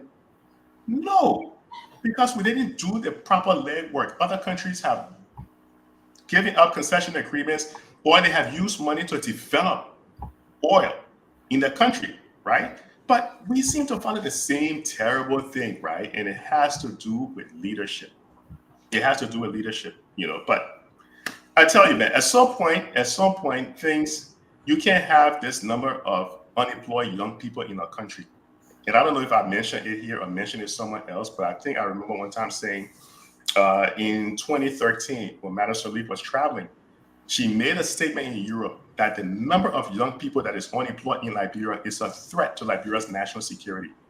It happens all over Africa. That's why even when the Kenya president was sitting over here being honored by Joe Biden, the young people that in Kenya started protesting, wanted to tear up that place. It wasn't just because of the silly law that he was trying to pass. It was because of the high unemployment rate. Look around Liberia. How many young people you see running behind somebody fully politician and because they're not getting small money? The unemployment rate is so high. They need to survive. They got to eat. So if somebody promised you, oh, I will give you $10 or so, go stand over there with a placard and protest for me, they will do it. I saw the silliest thing. Somebody saying, oh, Joseph Boyka should give somebody a job to serve the country, and we're holding a placard for Joseph Boyka to give the person a job. because the unemployment rate is so high. They're doing what they have to do to survive. Not because they like this person. They're just doing it because you have to feed your family. So we can't keep following the same model of concession agreement. We don't know the value of the concession. So Pewee, to your point real quick, before I close on this. Sure, we're going to do a concession for $100 million. But tell us what we're giving up for that concession. That's my question there. That's what we want to see. What we giving up. Don't tell me anything else about you getting $100 million and Chinese going to come here and they're going to build a Jacob's ladder all the way to heaven. Show me what I'm giving up in return. Yeah, Professor Kennedy, I understand when you were saying that, you know, the Chinese will come and they will bring their own people. But what we're asking now is that the Chinese bring the equipment and they bring the logistics and they use the workers then on the ground. Because it's $3 billion, if the people then, you know, those vampires and those corrupt government officials will call them vampires. And they give it to those vampires then. They will suck that. In fact, we have a video on posting argument chat. We saw it. How they told him to go face the road and they gave him the money to face the road. All the politicians and just started coming taking the money until the money was finished. I wonder you saw it on posting argument chat. Those vampires then will finish that money. If China is serious, if they really want to help Liberia and also get, you know, tangibles or also get, you know, pay in helping Liberia, they will bring the logistics, they will bring the equipment, they will use the workers on the ground, they will use our people to do the job. Even if they bring people to train them, they will be training them for the betterment of the country. They will use the people and they will pay them. Quick question. Is that sustainable? Is that how the country will continue to develop by depending on China to keep doing this every time? Is that sustainable? No, I'm not saying that they should keep doing it all the time, but for the $3 billion. At what point does it end? After they have built certain amount of. You will always need something built. What about the healthcare?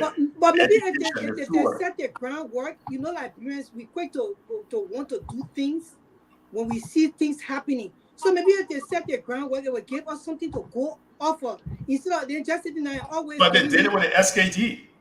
Wasn't that the groundwork? They did it with SKD, or they did it with some other. They were walking into the country, my brother. But they did it with the ministerial complex. Why do they have to keep doing it again? After the ministerial complex, after they built everything, who they voted into power? So that's not the problem. The problem is not China. The solution is not China coming to do it because we will revert to going back the same old way. We need to find a long-term solution that we're not depending on the United States. We're not depending on China. We're not depending on the Saudis.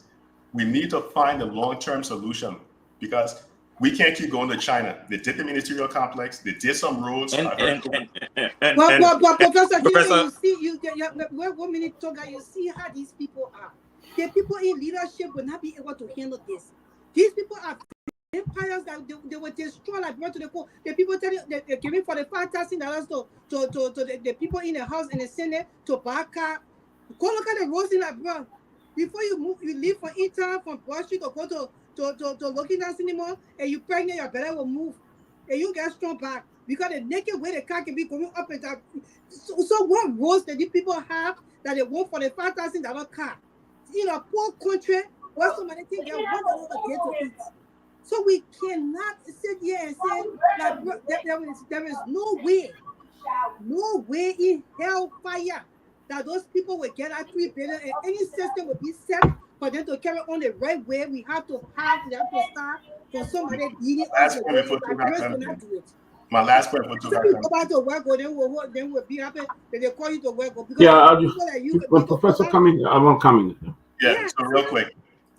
Robert Salif bankrupted Local. Nothing happened because of it. If nothing happens when someone comes in and bankrupt a company like Local out of millions, it shows that we're not ready for development.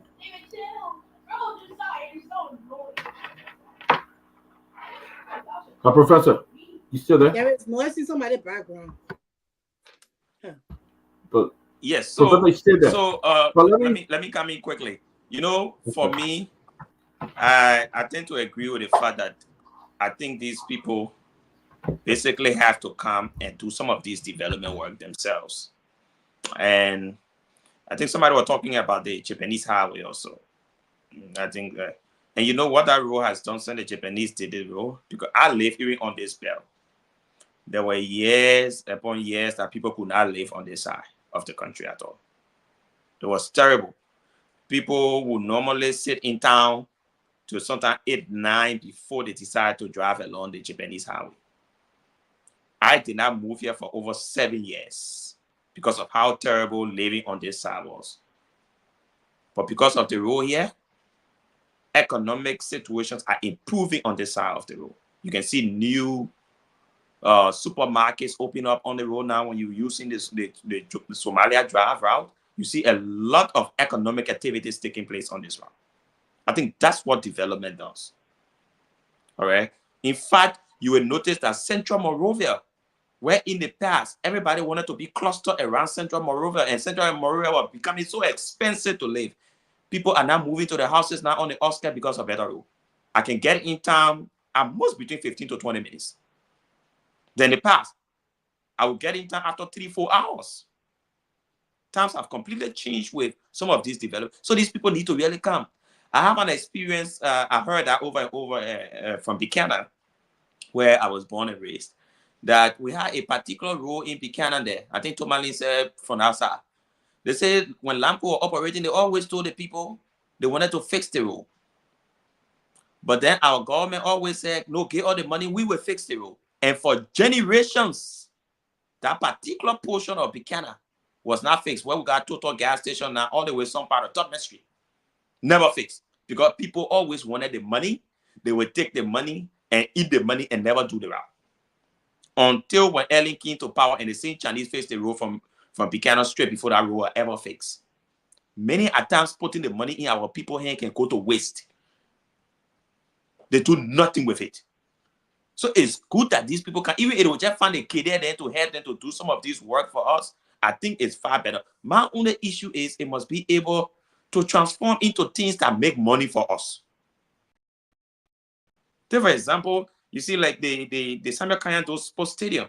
I mean, it was sitting practically in ruin, it was fixed, but one of the good things that's done is that the Ministry of Youth and Sports moved into that building. So the Ministry of Youth and Sports is now using it as an office. Before, the Ministry of Youth and Sports were paying thousands of dollars to rent. Thousands of dollars to rent. The fact that the Ministry of Youth and Sports is using it, even if it will play football game once a whole year in number. But at least it's cut down on some expenditure that government should have done. Take for example, the ministerial complex. The other day, I was passing by the old education ministry. And I was sitting to myself, I said, wow, you imagine how much money government spent on education ministry. Today, education ministry is in the ministerial complex. Over 5 or 6 different ministry and agencies in our one cluster. Far better. Solve a lot of issues. Now, lastly, I don't know the 3 billion we keep talking about. I am being told it's a private company. It's not directly Chinese government. Like Tomalin was saying, bilateral agreement. No. I'm told it's a Chinese company. In fact, the guy who was talking in the video clip, I don't know what position he get, whether he's working for the Liberian embassy. I think many of you have watched that video where they say they were doing signing ceremony or something like that. I don't see any Chinese government official at that signing ceremony. Not at all. Investment Commission chairman, that Blue. And the National Investment guy, I know him like that, you know. So, yeah. So only the Liberians are. I see the president sitting at the head of the table. The president made no comment absolutely in the meeting. Only our man from the NRC is speaking. People want to impress Bouaka nowadays.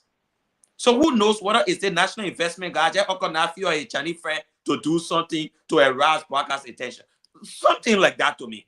That's how I saw that whole gathering. Initially, I was thinking about DeLong. And I was thinking about DeLong because DeLong has got interest in Basel. So DeLong was also in China. So DeLong is trying to say to the Basel people, I'm bringing your company. That's how it went to my mind. I did not see this thing real. And maybe I may be wrong, or maybe a couple of years from now, I may be right. Because the way I saw the structure, I just saw a bunch of Chinese guys sitting in one place and say they're bringing $3 billion investment to Liberia. And what they want to bring it in oil. We're not drilling oil. We don't know where we take the oil from, how the investment will work. We know nothing. We know about people bringing $3 billion to start investing in oil in the country. Get the Basel people excited, amazed by this. Will it ever come? We don't know. So Liberians this is where need we to are. rise. So we got to be sincere. All right. Let me come in to ask Professor this question. Yeah, everybody talking, bring it in. Bring it in. It's good for the country. Whether to do it this way and to do it that way. But the fact is, nobody's talking about what are they getting in return, like Professor said. Nobody want to know what China is using. What does China do to bring that ministerial complex in? What did it do to bring the hospital in Ganta Lima County on? I don't believe China love Liberia so much that it will just come and take the taxpayer money and just build all over the country because they love Liberia. They want Liberia to support the one China policy and all of that. But Professor Kennedy, tell us what would happen, okay? Because we know in other countries where China has invested, those countries are victim of the China investment because they can't pay and China is going on taking all the places.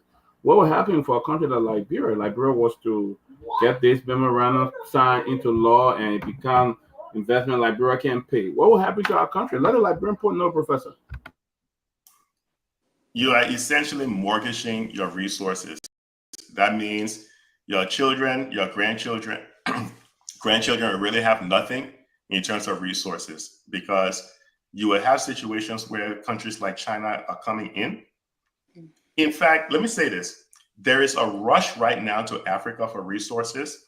There's a competition between the United States and China, a rush over to Africa for resources. There is something called the Libido Corridor right now, right? This was something that I believe Vice President Kamala Harris and a lot of American diplomats have been flocking over to places like Zambia and other parts of Africa. There's a rush to Africa for resources right now, the competition. But bear in mind, these countries like the United States, they are holding on to their resources.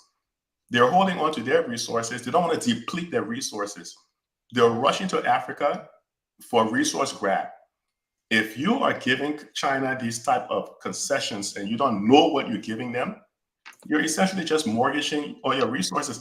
And again, it's going to run out. Your resources, they don't last till infinity. Eventually, your resources can be depleted. It can run out. And what's going to happen then? You have nothing to give in terms of concession. You never develop your governance structure. You always thought it was easier to bring a foreign country in to do the development that your people should be doing. Why? Because we're too lazy to tell our leaders that they're incompetent. So we end up in a situation where we have others coming in to do the work. We never fix our governance structure. We never fix the rule of law, where it's easy for people to come in, rip off the country, leave, and nothing happened to them. Look at the woman who was one time running the RIA, Ellie Cochran. Did all that stuff in Liberia. She came to America, did the same thing. Didn't they grab her for COVID fraud? We have to fix our rule of law. We have to fix our governance structure. The belief that some foreign country like China can come in and rescue us from ourselves, it's nonsense. Because every time we say, oh, we need to do something, we need to fix bridges, what we're going to do? We're going to call the Chinese to come fix it. We need to go ahead and fix the sewer line or fix the telecommunications. What we're going to do? We need green energy. We're going to call the Chinese to come. No, you will never develop if you're following that model. Why? Because it's never worked. You're not going to be the first one to make it work. Where you're going to have a foreign country, especially China, that violate trade laws to take Africa as a dumping ground. If you want to do business with China, of course, it's welcome. But make sure that you understand exactly what you are giving in terms of concession. But if we don't fix our governance structure, and to Peewee's point earlier, sure, China is the U.S. #1 trading partner. China is ranked #2 in terms of GDP, right? In terms of global productivity. But China is not coming to the U.S. to build anything.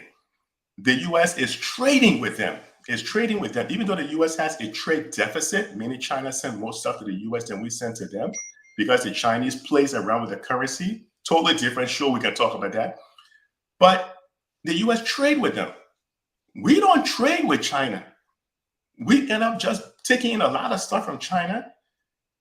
whatever little stuff we have is going back in the form of concession. Look, we need to first fix the rule of law. We need to put pressure on the leaders to stop ripping the people off. How, Professor Kennedy, how can we put pressure on those leaders? Like people are complicit.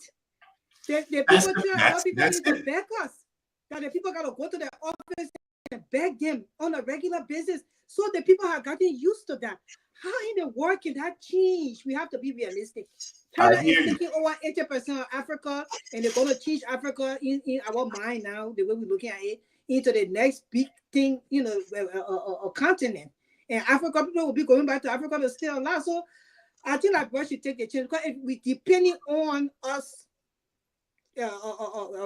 stepping down the politicians, the people, the defenders of the politicians, they got politicians and they got the people, they giving them some money. So you call the politician, they come and can't join down your tree. They want you to swallow them. You will get tonsil right away. So everybody got their own evil person they're protecting. So how is it our people now, and these people who protecting these people, most of them got the people in Africa, they're sending them money, they're telling the people, oh, vote they want, don't vote they want. Make sure you vote the person, the other person can't be president. And they're seeing the quality in that person could come and do something different. But the idea that they're in these politicians' pockets, they are not allowing it to happen. Some countries need to take what this country as the only way we'll see a difference in our country. I have no trust in vampires that work in government. Majority of them are vampires. I have no trust in them. At this point in time, China need to come and use our workforce, bring like logistics and equipment, train our people, and something need to be built. At least we can go to Liberia, rock out on a smooth road. Our infrastructure the weekend. I mean, we drove the road was just smooth, no bouncing, no nothing. And one thing I noticed before I something, when we went on the beach, there was no Chinese restaurant on our entire beach. So what things? But a lot of these people threw the Chinese all of their place, because when they take over, they're putting the restaurant there, the other restaurants they won't have a chance. So I just wanted to put that in there. But seriously, I don't have no hope in Liberia for the politicians to change anything around. I will say, I know that grandpa was saying, but I will tell you as it is. Except somebody go and do a coup in our country and take all the vampires there up and bring new set of people in, nothing will change in our country. They call them the bloodsucker vampire. But let's move on to another interesting topic. The bloodsucker vampire. Let's move on to another interesting topic, though. The criminal court C today put a rate of arrest of some government officials, former finance minister, former controller, the financial standard for former financial intelligence director, others. They put an arrest warrant for them to be arrested, to turn themselves in, and all of that. To say over $6 million, and they talk about money laundering. They talk about different crimes that were committed. I want to hear your input on that, Professor, and then we can just move around the table. I would say this. In the immortal words of one Dr. Henry Peabody, all of that is flat.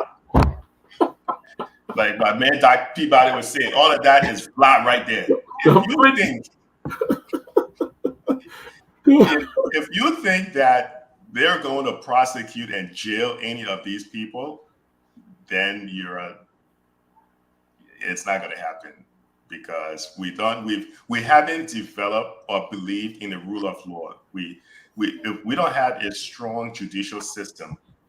So all of those writs and all of those things that they're doing, they're all just dancing around and trying to pretend that they're serious, right? Because like what Christian Roberts or someone said in the chat, we're still taking Liberia to be a serious place, because if you can have someone tamper with a nation's budget, yes, that tells you it is not a serious, they're not ready for prime time.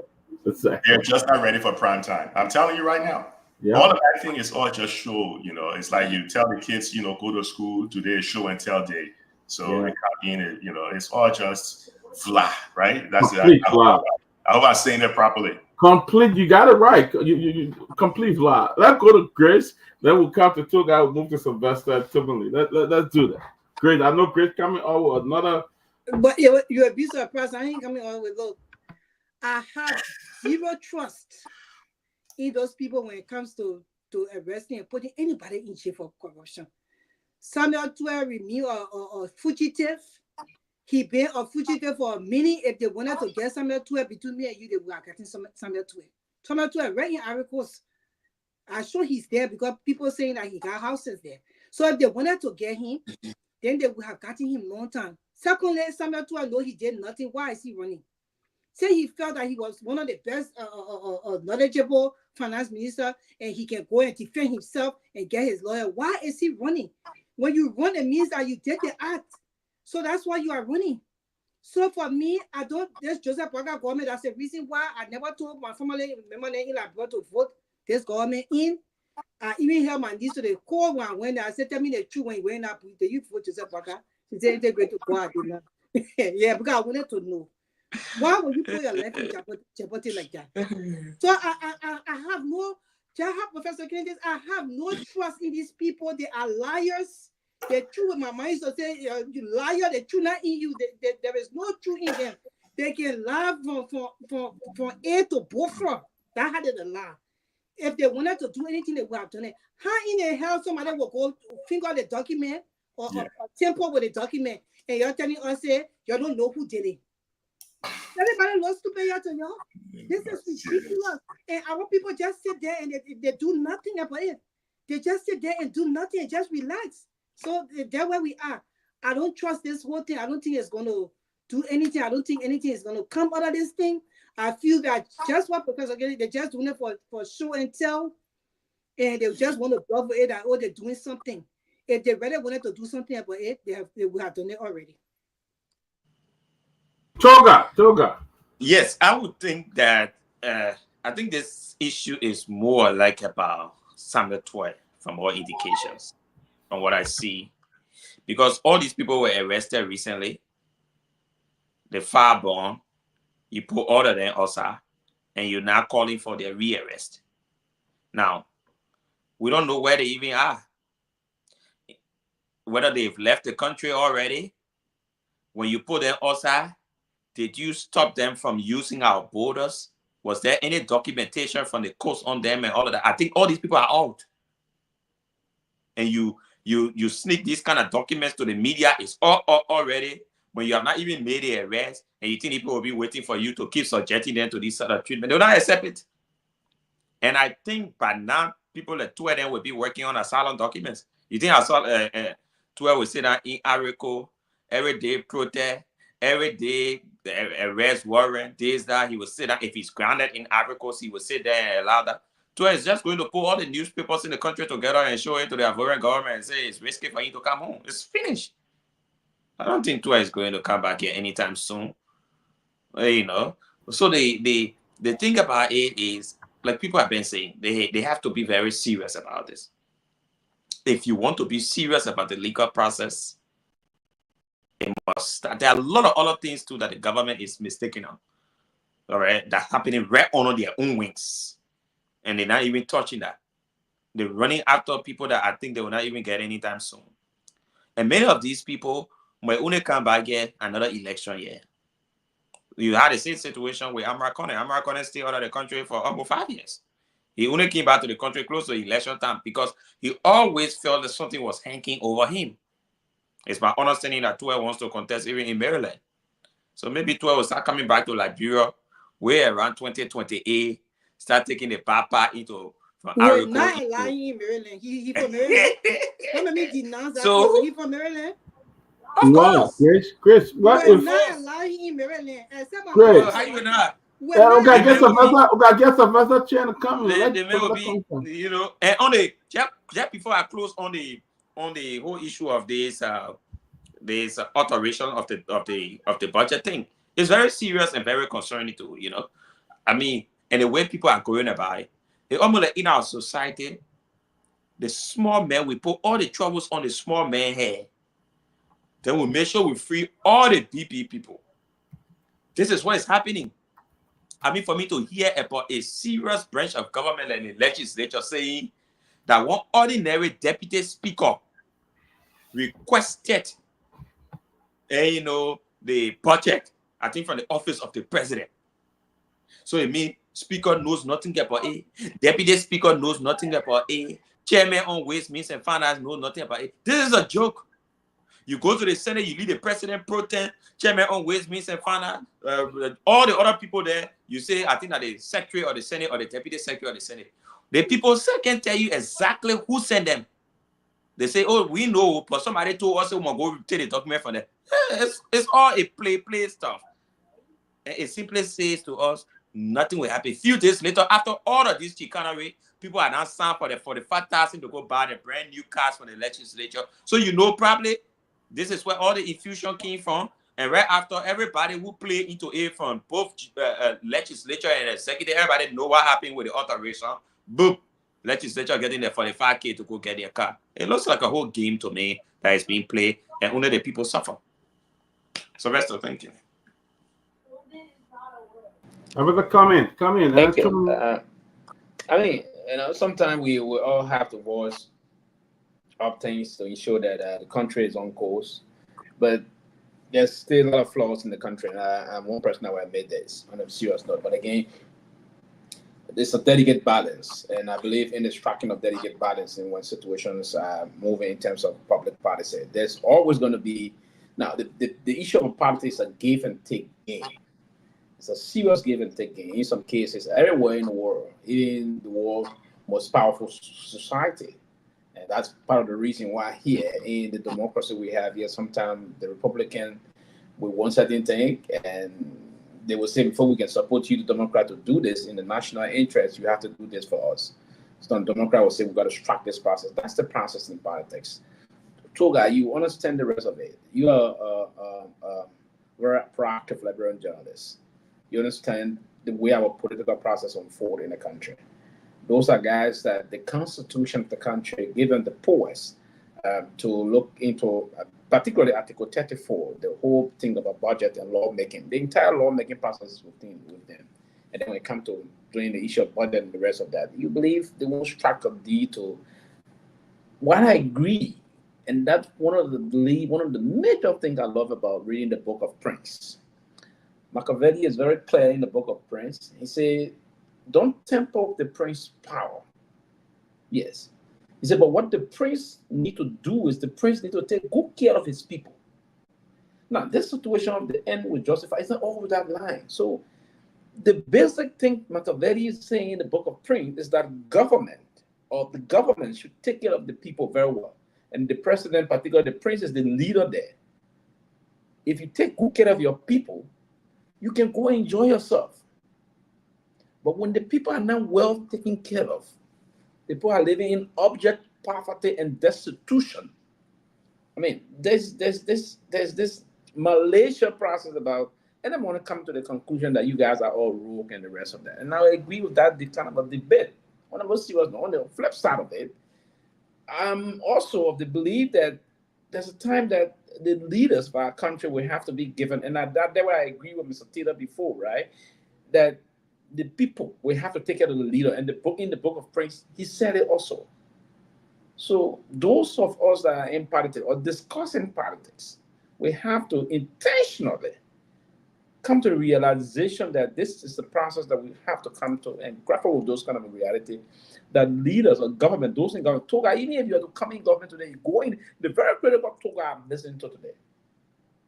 If you are to come into government today and go in and represent a district number 1 or 2 in Grand Bassa County, you will stay move in our house, you will need vehicle, the people of that bureau will have to purchase a vehicle. And one of the major processes the Amara just spoke of, and to clarify this quickly before I slip out, let me pivot a little bit. Amara was never wanted in the country. There have been no report indicting Amara. Amara have never been an escapee. He never escaped any situation he never been a fugitive. He never escaped anything whatsoever. Amara have always been open in having conversation during his reign at the time. I'm not defending him, but there was no documentation indicting Amara, no documentation insinuating that he is indictable. Just the insinuation. There's nothing whatsoever. So I thought to make this clarification. But when he was Minister of Finance, there was a process at the time he discussed with Madame Solive, and they brought into the process that no government official in our country should have vehicle more than $45,000. Because at the time, there were government officials that were buying vehicle around 60,000, 75,000 moving forward.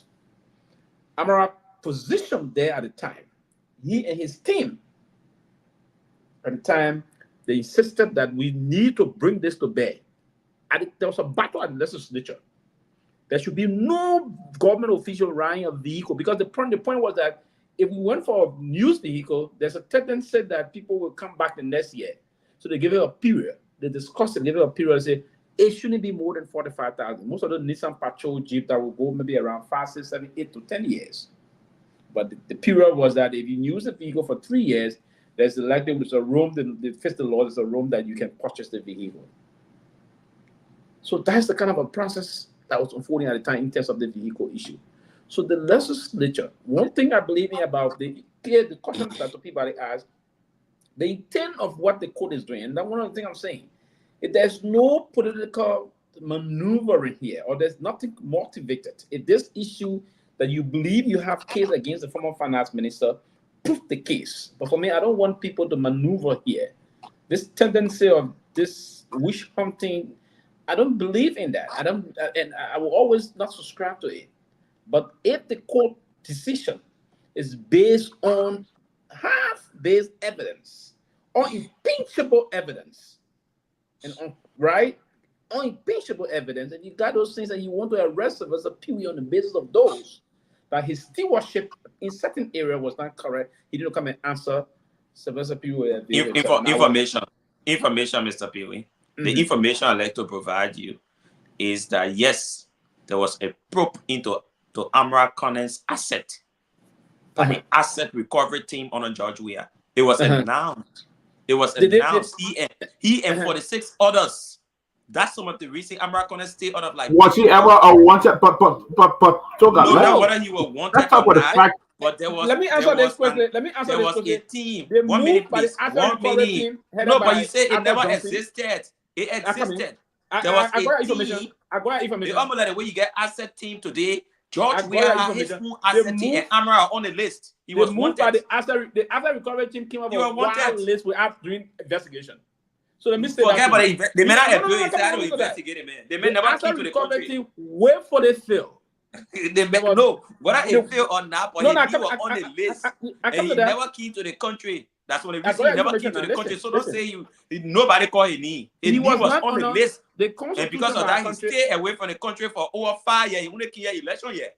The constitution of our country is very clear. No, he was not a fugitive. He didn't have a warrant up there for him. The constitution of our country is clear. I agree with you. I agree with you. The constitution of our country is clear at Togar. You leave and return at will. Right? Now when Sonny hanging up in the air on you. Amara have not been indicted. Amara was never in. Now, listen, what they did, they wrote wild letters. They sent some of the letters to other folks, right? They sent some of those letters to other folks. When the folks responded, they didn't have an agenda. There was a kind of a process about a very dogmatic system plan that they introduced. That was the fail. Listen, if you go into a system with have major policy, if you have dogmatic in local decision-making process, you're going to fail. We don't have to come and predict. It's not predictable materialism here. It's the intentionality. If the intentionality is mixed up and terrible, you're going to fail. And that's what some of us saw just at the time. It's not like we're defending, but why did you need that if you have anything there? No, but the people, in fact, hold on 1 minute. You interrupted me too much. 1 minute. Yeah, 1 minute, please. Just a minute. Sylvester, the people put up a list. That list had even Perrin Parkinson, Milton and Riches, Echo Ben, Liberia. They had that list for 46 individuals. I'll put in the chat room. So you can see Amara Connell was on that list.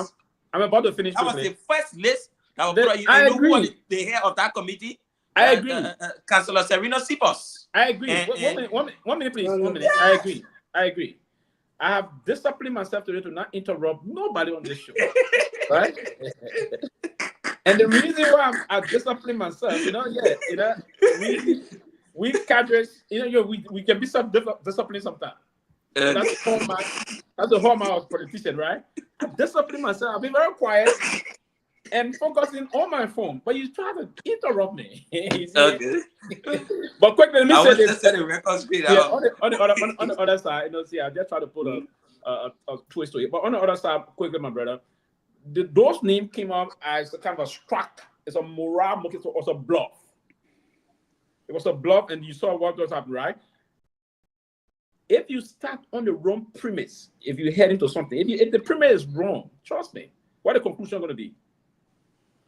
Answer that question for me quickly. In a few seconds. It will definitely be wrong. My point here is when the entire asset recovery process, the way they started, the first and foremost thing they started, what they said they will recoup $5 billion. You know what they said? Yes. Yes. They will recoup $5 billion. But when Serena was on the show the few days you were on? I missed that day. Unfortunately, no. Then you have asked that kind of question. And that's why I said unfortunately, no, because I knew that was not feasible. It was not realistic. It was a blatant, intentional way to mislead the people of our country and the president of Liberia at the time. And we should not indulge into those kind of a tendency as government officials going to blatantly mislead the people because we want to capture certain attention or want to catapult ourselves to certain positions.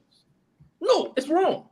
And that's why we're saying that's one of the reasons that Liberia will always be the way it is. We already project things in terms of those kind of counterproductive mind. It was wrong. And where did they go? In less than 3 months, everything collapsed. Are you going to do the same thing the guys started also they failed? And for me, I always wish the country well. And trust me, I will never support, I will say this today, I will never support, I got my family, I live everything in Liberia. I will never support anyone that will pillage the resources of the country just for personal benefit, even for my own benefit. I will never support anybody for that kind of reason. I'm always going to be objective, but the only side of it is that I have gotten the opportunity to understand small things about governance. So I want to balance and strike the balance there. That's all I would do. Government not easy thing. Now everybody, he said it before. He said one of her major points quickly before I rest here, when she was hitting Chancellor, how she didn't know how government was difficult. Government is, we that in the social science era, is a very difficult venture to be in. That's why today you see the Biden, American election, you see people hitting other people. It's a difficult thing. You're not in it, you think it's easy. All I hear that the people today, you made that do at the Garguah minister. After 3 months, you confess to you it's a difficult venture to be in. Because the resources and arrested, man. Yeah, I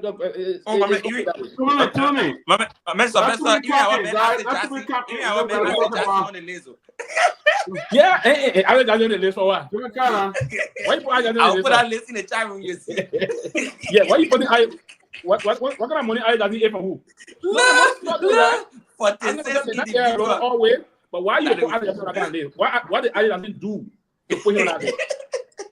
I got him definitely for public affairs. That list there, that list was not easy. Councillor Arthur Johnson, 2 serial lawyer, Councillor Arthur Johnson.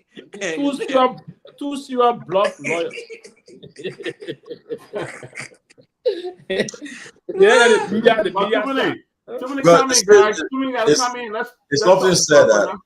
often said that the judiciary is the last hope of the common man. It's true though. Mm-hmm. But now, I'm one of those who support. I'm one of those who support the argument that judges should be paid good. But again, even if you pay them, even if you pay them handsomely, will they still compromise the rule of the law, the interpretation of the law? Will they still compromise? Take for example, the Chief Justice of Liberia today, she makes I think $20,000 a month, with other benefits. Okay. But there are a lot of stuff that's happening. Right now, we're trying to find out why she removed the justice in chambers or CNN Johnson. We're trying to find out why she removed her. She was the justice in chamber. She removed her and put Yami Gbese there. We want to find out why did CNN you remove Justice CNN Johnson, Clinton, I think. She was justice in chambers, but then she removed her. We're trying to find out. She was just approved, right? She was just a kind of. Yeah, she's on the bench, but when the Supreme Court when the full bench is not in session, you have a justice in chambers, and now CNN Johnson was the justice in chambers, but then They surprisingly the chief justice remover and put Yami Gbese as justice in chamber right now. But Well, let me ask you a question too, Sorry, I'm not interrupting you. We have Yeah. to find out first if because already got termed that it would sit as justice in chambers. Yeah. Now, are we not? Did she not end her term as justice in chamber? We have another justice in chamber coming. Yeah. So we should ask a question and find I'm out. talking about justice in chambers. Then the new justice who just got on the bench. Senator Johnson Clinton. But then surprisingly, it was too fast. The chief justice removal. That question is being asked. Because a lot of cases coming before her now. So That's a fair question. Yeah, so why she removed the lady that was just justice in chambers and put Yami Gbese there? But I found all of these things. Now, on the issue about the arrest warrant for Twe and others, like you said, Pewee, I always say this: anyone who betray the public trust, anyone who undermine the public trust, I believe they should have a day in court. If you violate the public trust, if you undermine the public trust, yes, you are. If the audit is done, I support all the others. I support all of these things. But if it is done, have a day in court. But yeah, the problem though, if the justice system goes that if you indict me, you got arrested, I go to court, I should file a bond, appearance bond. But then what's happening is that the insurance company and those who's going to file a bond for the people that are in question, they are reports that are telling them, say, don't touch it, don't go there. And for instance, somebody would say, Peabody and Tomalin insurance company, you won't file a bond for people, yeah. You better don't try it. And that is wrong. That's wrong. And that's why people, so it's like people feel that you just want to grab me. Then when I go to court, you say, your bond, you have the bond, the surety bond to file. So, and other people are almost like the PRC putting you on trial. Yeah, justice should not be interfered with. That's a problem. Yeah. So if the person must be arrested or turned over, yeah. But if you will not give him a day in court, let justice let me file my bond, and so I can go home and come back to. So when I found guilty, your lawyers go. If they found guilty, yes, they are laws. You prosecute the person, then they go to jail. Exactly. But again, like Professor said, look, I get people already were talking about these people, this thing, that thing. Look, it takes the political will of the president to act on all of these and other cases, all these things. If the president is, if you enjoy the president's confidence, they can say Grace Guar is a role, she stole, that evidence here, forget it. If you enjoy the president's confidence, nothing gonna happen. Nothing gonna happen. Nothing gonna happen. Yes. So I don't want to go down stealing. And number two, I don't want to be like the people in our government. Yeah, but so what happened is this now. You see, during the campaign, the people read a lot of stuff. Propaganda was used, and they won the election through that. That if the president is elected, he will carry on audit, and those who are found guilty will be sent to jail. They will restitute the people money. So right now they got to fulfill these promises. But in the midst of doing it, we're hearing already that some people in the cookie jar. Okay. Now, for instance, like somebody said, you complain that somebody was making $50,000 a month in the past government. When we get there, we change it. And we'll get to that. When we take over, nobody made that kind of money. But then when they came to power, somebody said, and they said, but we made it there. That's why I would commend the head of the state enterprises, Arthur Masakwe.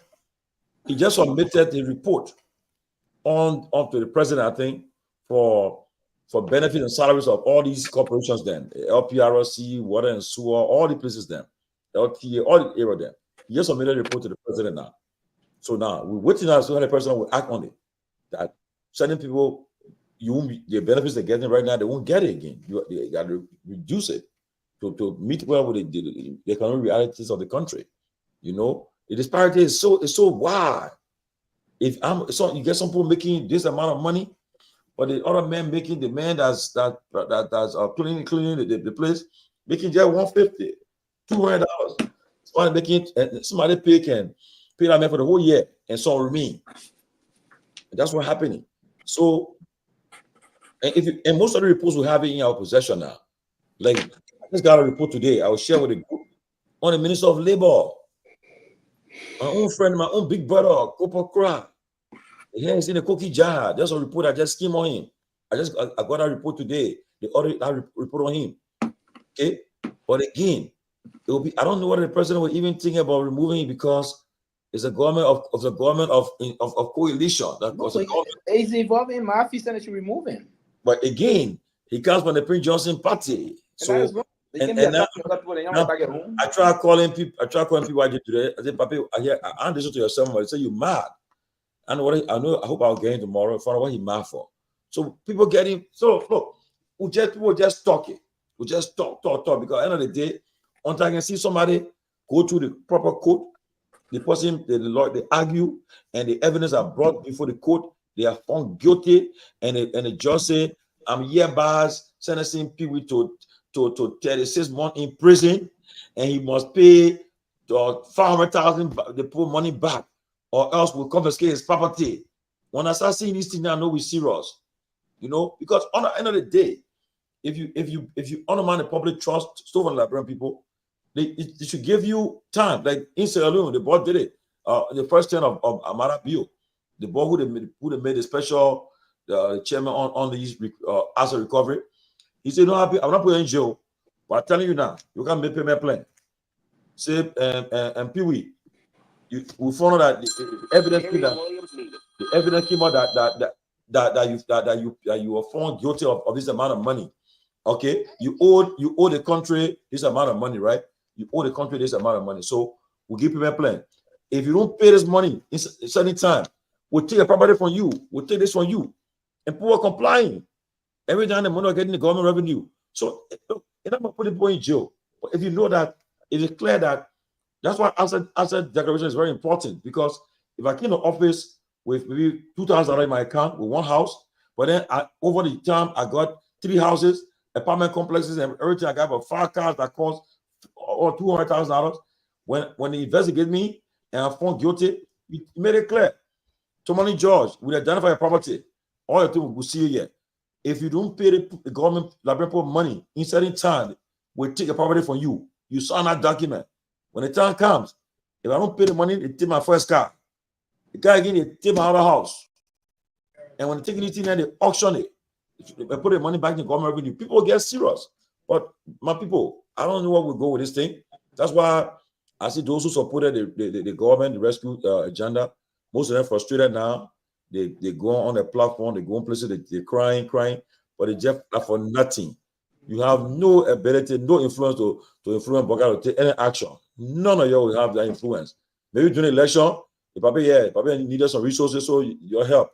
You need a platform, but to say they listen to you, that's all like joke. You probably won't act on none of your emotions, so you're wasting your time. That political will, until it's there, we have this problem coming out for the rest of our lives. So, like I said, great, like you said. Leadership, for me, I always say leadership. Until we get our right person as president, who will let me end on this. For instance, right? Look at the national budget. The budget went before the executive, it comes from the executive, right? When the legislature, but because they have been doing this thing over and over, tampering the budget, putting things in the budget, as soon as the budget passed, they go and get it from there. But then when this time around, when it came back to the executive, somebody said, "Oh no, somebody altered this budget." They said, "Oh no," then they set up committee. Guess what happened? They put it on one deputy clerk. And you and I know that deputy clerk, he would not be brave to touch that budget, but they say he didn't want to touch the budget, he didn't want to play with it or something of that nature. So now they stay on it. The pro tem, she set up a committee headed by one of the guys who is known for playing with budget. They set up the guy who have best friend Webb, the senator from Kidman of Vabla. She the one heading that committee. Okay. And you know you won't get nothing much for honor that committee when that report comes back. So it's just a joke. Because and that's why you see whenever Musa Bealded say you gotta audit the legislature, people they say they do systemic audit. They cannot because they're afraid to do comprehensive audit because they try it. Many of those in power today. So our friends that are in power today to God, they will be caught in the cookie jar. That's why you see today they when they say that to when Musa say that to do audit, they pushing aside. Because I can dare them, let them try it. Go and do that audit of the 5th legislature, 54th, 53rd. Who do audit and that body. That was the 52nd. All the way. It will be flat because they will catch us in the cookie jar. That's the problem they're facing. But other people are quickly. There's a major development. I was just talking on the phone with somebody from Cork City about people escaping from the prison. I thought you introduced that to us. Yeah, I understand 47 inmates escaped. Apparently, they did not have, I don't think they had any. If you got prison guard and 47 people can escape, that means is the security were either sleeping or they abandoned the duty. But the U.S. Embassy circular they just released this afternoon in Monrovia also said that they overpowered the prison guard. They overpowered the security, and they are now. And they said the rest are running now. So I mean, it's dangerous. And some of the people go somewhere and change. How will you catch them? Yeah, murderers and robbers and rapists, right? If they go somewhere now, change their clothes and get right back, you can't identify them. The people will be sitting out right in the bar drinking with some of the people that are talking about them, and they even know who they'll be. Because they don't have a photo of them to even put out. Yeah, we security system to identify those people. Very weak. Yeah, we security system to be fine. Very weak. Yeah, so it's a worrying development on a serious note. Well, look, you don't know how many people escape every day. Sylvester, it's just that they want left in numbers, but you don't know how many people they want left in a high number. That's why it brought attention. But you don't know how many people escape from the jail. It's not me alive. Is it? What made you think again be something that because the people are so clustered in the jail, no money to feed the people. So the people that go to the prison. One of the things you start doing to investing in prison, building some new prisons so that people will go there. Honestly, back in the day they had a place called Bella Yala. Most people don't know about Bella Yala. Yeah, I didn't dismiss it. Yeah, that place there. But anyone one of them. Yeah, Eddie went there. She felt that was a violation of the people rights. Even the guy with the National Public Health guy, all them went there. Larry, all them went to that place before. Yeah, Bella Yala. They were far from the city. We're in the bush. When even you escape, you have because you can't see the Kota Road soon.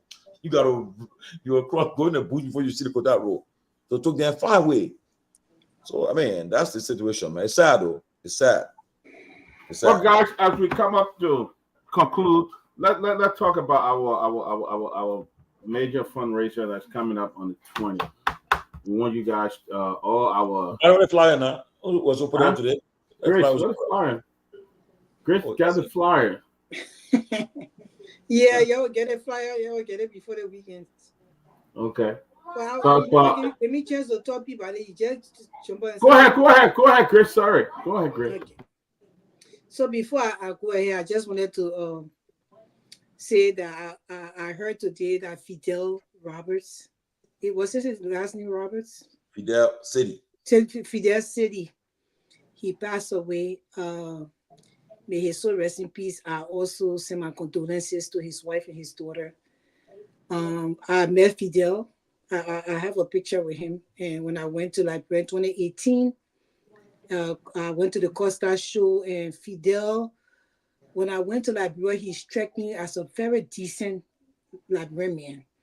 I wanted to talk to him a little bit because most of the time when you're dealing with Liberians, especially the ones here in the States, Liberians world over, some of them very, very cocky and rude, especially to women. But when I met Fidel, being that Fidel, I never really traveled out of Africa, the kind of manners that he had, it touched me. So he was very nice, and I went to Costa place to do a show. Costa too was very nice to me. He made me to come on the radio for free. I can't forget that because I was doing charity work, and he said, Grace, once it is charity, you don't have to pay. He had never met me before. He just saw me that day, and he said, oh, you can come and ask me. But Fidel struck something in me. I can never forget that. The way he was so well-mannered. And I was so sad that I heard that he was sick, and I really never knew God would have been maybe of help to him in that state, But may his soul rest in peace, and I hope God, forgive him and take him into heaven if he has anything to be forgiven for. Also, I would like to say that I really used to hope, although I never were really the one that I would vote for we are as a Liberian citizen. But I really used to hope that we would have done something, because I felt in my mind that The voice of the people is the voice of God. The people wanted this man, and I wanted him to be there because they wanted him. I wouldn't have chosen ever, but the majority of the people carried the rule. Carried there. So for we are to come in and he failed to do audit. When he failed to do audit, that's when he failed the Liberian people. And I was very disappointed in him for that because I thought that he would do way better than that. He did not do the audit. It took Liberia backwards. And maybe because of that, who knows? Except Liberian people change their direction in voting and bring a very new political party to take over that country, they will never see audit. I saw a video, I never even watched it, but this Ben stole and they beat her head with hammer, they bust her head on the car because he stole some few household items from somebody's house. Not in Liberia, I think it happened in another country. And I started to wonder how these people would do these things when the government officials then are stealing right in their nose, but they're worshiping these people that steal. But then when a poor man steals because he doesn't have it, which is wrong for him to do, it's not right, but he doesn't have it, and you kill him, but the government official take away from you and your future generation of generations to come, and you let him still there, stay in a position. You don't even get on the street to protest and say, we want this person down. These people become millionaires overnight, and the president and the government that come into power refuse to audit them. And you don't even have the strength to say, you know what, we'll stay in the street and we'll make sure we do an arrest, a human arrest, that these people, we don't want them in certain positions. And when you stand for your right like that, the government's supposed to yield to that. The international community will come here and say, you know what, the people standing their ground, they don't want a particular person. But the people don't want to do it, they just relax. They lay men steal, you kill them. But the real rogues who taking away your future, you lead them there to steal. And you worship them, they are adored. So I just still confused with why is it that I'm not really confused in the sense, but I think maybe because I read it when we had to do something in his presidency for this man not to audit these people, and you come back to tell us, oh, you know, the people need a Togar, the men they were on the list. At this point in time, you were blame Amara Connect for anything. They never had anything on him. So if they had something on him substantial, then maybe they would have audited him, or maybe he had something on them. Who knows why they never did it? So we don't want speculations on this platform on anybody, to tell you the truth. The government people, the people voting in power, are supposed to do their jobs in auditing these people, so that it bring the audit to in the public, to tell the people this is what happened. Because even a lay person who went to 7th grade can really read and understand, they can read an audit done by an accountant and know that this is wrong and this is right. So I just like the people that the Liberian people choose over and over again has failed the country, and I'm so devastated to know that in Liberia, a chief justice makes $20,000 in one of the poorest country in the world, the 8th poorest country in the world. How in the hell, when one of the richest country in the world, this great America, the chief justice in 2023, John Roberts, you know what he made per month? $23,891. You cannot compare like in any stage or form with a great America. Just few, maybe a couple of thousands from the one your chief justice making in the country that people can't even find water to drink. That people, because of drinking dirty water, they got all kinds of things on their skin. Until the people in the world wonder how Liberians can come with. They always got these sicknesses where they go out on their body and they say, oh, that witchcraft. Or they get all the big things on their neck because of the poor drinking water. But yet, people say, I don't know if anybody who has a good heart will lie down in the night and know that they make $20,000 a month, while other people can't even afford to send their children to school. What kind of constitution and what kind of system that these people have that is just not helping their own people, or they are just wicked to one another? It's always already known that Liberians are nice to other people, but very wicked to one another. So all these things, we're very disappointed with them. And concerning the training that the men that ran away from the prison, the people run away from the prison because your God rules there right in the government, they're living free. Why do people want to be in prison? People need that to be in the prison so they get a chance to run away. Let them run away because there are real rogues there. They in government, they ride for the $5,000 car. They sign it. They getting the money. Then why other people just who were store something small, someone they just store. The only part that will help me. How many government they had to that case? The only part that will help me in the water are the rappers there and the murderers there. But the people who store, seriously, they should go. You got a road man right in the government that is stealing on a daily basis, and you're still signing paper for them to go and run for the $5,000 car on a dilapidated road. The people need a $15,000, $12,000 car. It's a very good car with a used car to get them. So, like, bro, the case is just, it can't add up. You think about it all day, your head will just hurt you. That's what I won't say. That's what I have to say. All right, Grace. Grace, I express. I know the government when I plenty of 2 or 3 to 40 minutes. I beg you. Let me give it for you. I can't stop you. You think that poor American sacrifice can't keep pressing up? The person that person working there, even getting paid, maybe that $200 they pay in a month. Who can put a say in house way just to keep people in prison? Man, say, well, let the people go. Sure, please. Yeah. Why the other one living in the air condition house sleeping and can be running behind person to stay in prison? No. That's just not right. Well, ladies and gentlemen, again, welcome to the closing argument. Should we take some calls, gentlemen? Yeah. What the guys in there? And the guy come out, let me take some calls. Let's talk about everything here today. How we see it. If you guys are hearing up. But Sylvester, so how is it going now with is the finance minister in Monrovia or is he in China as well? Did he join the delegation there? So the finance minister cannot be in China. He would have to be in Monrovia. As a matter of fact, the China minister appeared, I think, a couple of days ago for his confirmation hearing. He has not yet been confirmed by the honorable, as we call it, the honorable Liberia Senate. He hasn't been confirmed, but but he had a very wonderful and very detailed appearance for the hearing.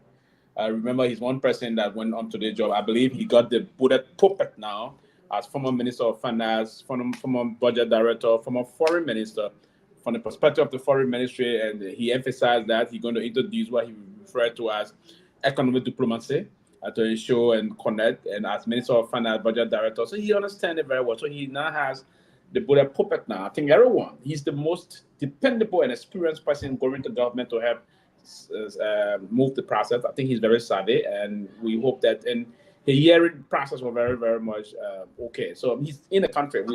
It is hopeful. I mean, we're hopeful that he may be confirmed sometime this week, if not early next week. And then he be commissioned by the president immediately. Then he start business. But he's not in China. He may probably, if confirmed this week, he may be part of the team to the General Assembly in New York sometime this month. But I'm hopeful that he will be confirmed because he's going back to his old terrain. The only thing now there's that new job description added to his portfolio currently, to his past portfolio. Before it was just Minister of Finance. Now it's Minister of Finance and Development Planning. So that's going to be the new portfolio. But I think he's on course to perform as a very learned and experienced person in the area. So yeah, he's not yet confirmed, but he will. So when you were minister, you were not finance, planning, and the budget? No. It was not finance planning when you were minister. It was just it was finance, Minister of Finance. Now they added planning and development to it. You know, they merged the Ministry of Planning and Development. Budget Bureau was also added, right? Yeah, budget. Yeah, it was Minister of Finance. It was not Minister of Finance. The budget it was just Minister of Finance because you have the Department of Budget there. Because he used to work for Budget Bureau. He was the first. He was the director of the. He was the last director of the budget. When he served or any appointed him in 2006 as the director of budget. In 2008, when Anthony Saye resigned, when he was appointed as Minister of Finance, it was the time to merge. The merge. One of those who are against. I mean, I believe. I don't think it was helpful to merge the Minister No, of Planning. because I think I heard Ellen. I thought her Ellen always wanted that. Even when she was at the ministry, she always wanted to blend it. And when she became president, she did. Planning economics is a big era. It's a big era. But again, like I got somebody in line. Somebody in line quickly. Go ahead, Kola. Yeah, you guys got a minute, okay? Good evening, Peabody. Good evening to all the panelists and analysts on the show. This is Abraham calling from New Jersey. Great show, guys, and thanks for your effort. You guys are playing a part, to enlighten our society and help to foster the progress of our nation. Listen, two things real quick I wanted to address. One of them, I think I turned it earlier on with regards to this issue of China. Sometimes I think it's good for people to keep reading on the impact China's money is having on the continent itself. Because from what an economic, one of these economic newspaper reported some time back, that China controls almost 46 of seaports and airports in Africa. And meaning they are controlling the builder, and they literally control them. So if you're going to have an erection of the oil terminal, refinery terminal in Liberia, China is just going to build that and leave it. She's going to literally control it, because why? The intention is, for all indication, what I'm gathering, the intention is to literally kind of supply some of these countries that, like Burkina Faso and other people, that are going to be benefiting, and China is going to control those things literally. All right, that's one of it. I just wanted to highlight that. And secondly, what my sister Grace keep talking about, the salary of the Chief Justice. Mind you, you have 3 branches of government in Liberia, and the Chief Justice is the head of the judicial branch of government in Liberia. Now, she kept talking about equity. If you're going to be having a president get astronomical salary, you got a speaker get astronomical salary, the Chief Justice, whoever, is not going to sit there to accept chicken change. And I mean, I'm not saying that I'm in support of it. I'm bitterly against that, because if you're going to be having a lawmaker making 15,000, 12,000, what do you expect to have on one of the branches of government? But those things were introduced by the Ellen government, and today the ripple effects keep dragging on. Because back in the days, during the Taylor era, you had representatives and senators making less than $3,000 in Liberia, and they gave them 1 car for the duration of their tenure. All right, but right now, Ellen came and introduced this thing, and it's a continued effect, and definitely until you can get a structural reform in our place, it is a serious problem. Because it's ridiculous to pay people $20,000, but yes, that's the kind of thing you got over there, because your president and your speakers and other people who had other branches of government, they are making astronomical monies. So yes, the Chief Justice will stand by that. It's justifiable in that direction. But again, thanks, God. Let me not take all of your time, man. Thank you.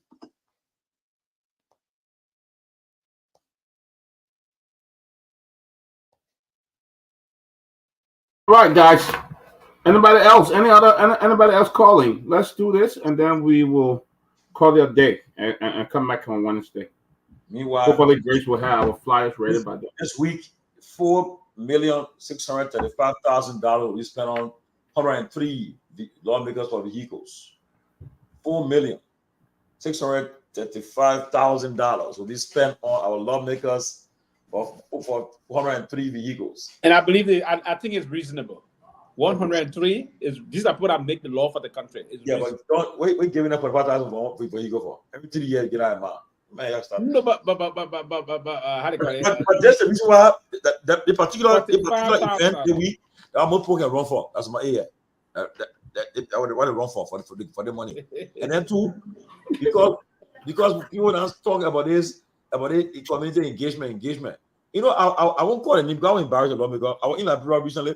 I was sitting down with a new elected lawmaker. I said, Georgie, I want you to travel with me tomorrow or the week to go to my district and see what I can spend. I said, listen to me. You shouldn't be spending our money. You put money in the budget to empower the people. They won't beg you. But I think in Liberia, we love to go to our homes in the morning in our home. And that's why when I go like where I stay, it's fence. It's fencing because you come in and go sit down, come in, can't pay the fence. I see one baby. I know you there. Don't come there. And I'm one of those. Don't come be begging that way. No. But because you empower the people, so the people come to you feel good about it. Yeah. And in Liberia, everybody get 2-3 cars moving in the convoy. Now, which one people just love to be all the look. Oh, you're seeing that. Look, we are seeing that with them having social gathering. You see that they see that they get about 4 phones. The A got one, the man got one, and they got 2 in front of them. They charge of that. And say, oh, I'm out of phone there. Bring out of phone. Look, I say, yeah. Like, oh, love that. Look, I'm on the job. That's and all. then that's why I disagree with Eddie Johnson said when she did that. She did that particular decision she made to pay the people that kind of money. She destroyed Liberia when she did that. That's the part I get against her governance. It was very, very wrong. You know, somebody said on Saturday, but no, when it comes to that, Ellie, they didn't give it to them actually. They took it out. She told and they said they forced it for her. They didn't agree. No, but listen, but people they got it. No, they got it. They were veto it. They probably went 2-tail both of us veto it. They were all around the president. No, people listen now. Somebody, I think was someone on Saturday, and somebody said this. They said, for instance, right, the budget goes to the House. The president come and said, look, the budget comes from the executive branch. So look, we're putting in 30% of the budget for agriculture, 30% for health, and this amount for this one. And the salary say, lawmakers, your salary shouldn't pass the amount, and you're sending to the people. If they come, they tamper with that budget, as president, then say, I will veto. In veto, say, I go on to the Liberian people. I go my country. Brother. I go on a country where I go to Basel. As you see, I put money in the budget for agriculture, education, and health. Guess what? Your poor Tokyo, they say they refuse. Their money will come to the county for industry sectors, but they're stopping it. So I veto it. But you don't. The thing is, Tomalin, we don't even have a history of when the legislature ever did that. You know, we have a country where the president. We have a country where the president practically runs everything. Yeah, but the issue. Togar, how you say that? Just 1 minute, please. Just 1 minute. I wanted to make the impact. This is my point. The president, the whole Ellen Johnson scenario that you're talking about. This is where I come in defense of the legislature. Because no, it's not about contesting or not. I want to give you a quick history. Because it evolved from somewhere. No, please. It evolved from somewhere. You had Ellen Johnson Sirleaf bringing in her friends to government. They know that the legislature has the appropriation power. She brought her friends and started paying them astronomically. And you expected the legislature to sit down there, like you said, you went to a lawmaker's house and you saw the number of people. I don't think when Antoinette Sayer came to Liberia, people used to go to Hott to stay to find a ministry gate. Nobody That's not an issue. No, let me think about this. Nobody knew you in the country. No, please. That's part of the issue. No, it's part of the issue that why you don't explain to the people. You had a guy saying that to Marita making $25,000 US out on Ellie. No, you had no issue with it. No, because he was a BN Kesali. Get it ready. You think that the legislature is supposed to be taking $2,000 as salary while Ellie is paying your people $25,000-$30,000 a month? And then later on, these same people, the president have the power to land veto. Yeah, these same people will come back and contest against the lawmakers and win them. You know when anyone leaving office, almost 50% of the people that work in her government were running against the lawmakers. Do you know that? Including her relative that was sitting down to the Ministry of Internal Affairs. Running against the hat. They were running against all the lawmakers because they have more money. Togar defending the lawmakers and because Togar won't go there. No, it's not about defending them. I'm just going to defending them. He's saying the truth. But is there a right to contest? If you were working in a sector, and all the people around you are making certain figure and you making far less, but you got it ready, you will want more. I cannot be making appropriation Oh, as a so lawmaker. you're paying ministers more than me. I will not accept it. You're agreeing when I I say will not accept it. It's a fact. The man is a lawmaker. The man making appropriation, and you paying your friend in the government. You bringing them to America, everywhere around the world, and you paying them to pay 30,000. And you say the lawmaker supposed to be making less. That's unacceptable. I agree. That's unacceptable. You should have told Ellie not to pay your friend that money. I agree. But when I said last week, quickly. But the lawmakers. So the lawmakers claiming they pay key from somewhere. No. And we must say that. I think you're getting it wrong. Ellen pay. No, you're getting it wrong. Because the lawmakers increasing their money key from somewhere. Ellie brought her friends from around the world and started paying them usually while lawmakers were making peanuts and the public were on the lawmakers still every day. So the lawmakers had to increase their money. That's why it came from. When I say that's where it came from. I used to be I worked on Capitol Hill at the time. I know how you got it. Yes. Go ahead. So you agree with me when I say if I'm bringing in 20 million, 50 million to the government revenue, as we pay good money. No, no, I don't agree. You ever seen that? I don't agree with you. Let me tell you about this. We must have a ceiling. We must have a ceiling for everybody. No. Part of the reason why for government officials. And number one, Ellie didn't just arbitrarily increase salary. Togar, okay, but Ellie was giving people so much. In the telecommunication setup, are making up to 20,000-30,000 there per month. Togar coming up. You want lawmakers to agree with that? You can be lawmaker that thing happy to you. Ministers who are not elected will make more money to you when you lawmaker. We got your point, Togar. We got your point, but yeah, he said, I thought you would be okay and fair enough to strike the balance here. There have been no one in the history of Liberia that have even taken 30,000 or 20,000. No. 25,000. You have to be very clear. $25,000. You know what he makes now, Togar? You know what he makes now? I come in. You said you can't 20,000, but Bien is the vice president for a company in New York. No. Everything else that he has said. There have been other. Listen to me now. I work with the GSC. So much. I work with the GSC. And let's talk about local people. Said the people who are working at local, you know how much money they were making. No, not each other. Can you be lawmaker and earn less than minister? You will take that. Togar 1 minute. A lawmaker is elected by people. Yeah, 1 minute, please. I agree that we appoint a lawmaker needed to elevate their salary. But there was this issue about the consolidated process investigation on payroll, other thing. I've worked with the GSC before. And let me say this to you. The whole thing is that sometimes we can embellish. And the way we embellish things in Liberia is sometimes very unfortunate. There's been no government official in the history of Liberia that ever made 25,000 or 30,000. The max here after the audit is 15,000. Now, let me give you Bien, yeah, 50,000. Bien, 50,000. Look, Bien just wanted to serve the country. Bien just wanted to serve the country. The money that Bien had to give in Liberia, nobody was way more than what he was getting in Liberia. When Ben Sanvee was president pro tempore, I traveled with him one day at RIA. You are leaving the country, and there's a private jet I was waiting for Bien to take in all of that. He love his country. That's all. He didn't love the president pro temp was waiting for his plane when Bien was getting on private jet to lead the country. I'm a man. You know what happened in this country? I was at the airport private jet all the time. He's vice president in America. Private jet. Good. The disparity was just too high. They were making lawmakers to appear useless. You can't be a lawmaker and accept that. People that are not even elected. People that are elected and they make you stop player heading. The people came back to America and still make big time money. So they're not depending on like real money.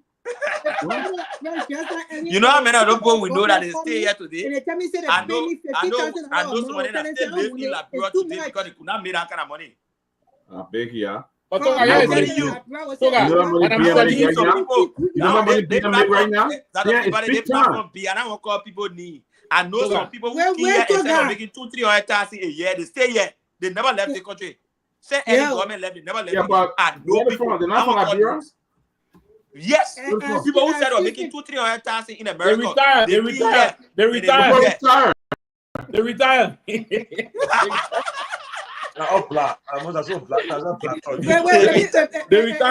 get free money. The country get free money, bro.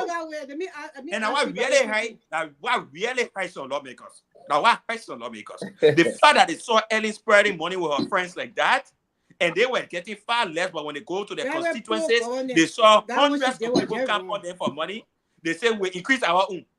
Then she got there and said they took it, she didn't give it to them. But what you are giving to her friend? And nobody used to go to her friend and do. I am telling you, nobody knew where Anthony Saya was living in Liberia. Why you know you want to do a professional job? But everybody know where lawmakers live in Liberia. Okay. You don't know that. Togar, and y'all want to say y'all want to serve the people. Y'all go there and make it. Y'all want to serve the people. Y'all go there. Y'all talking about minister getting 20,000. When you need to pack all the concession agreement, they pay no.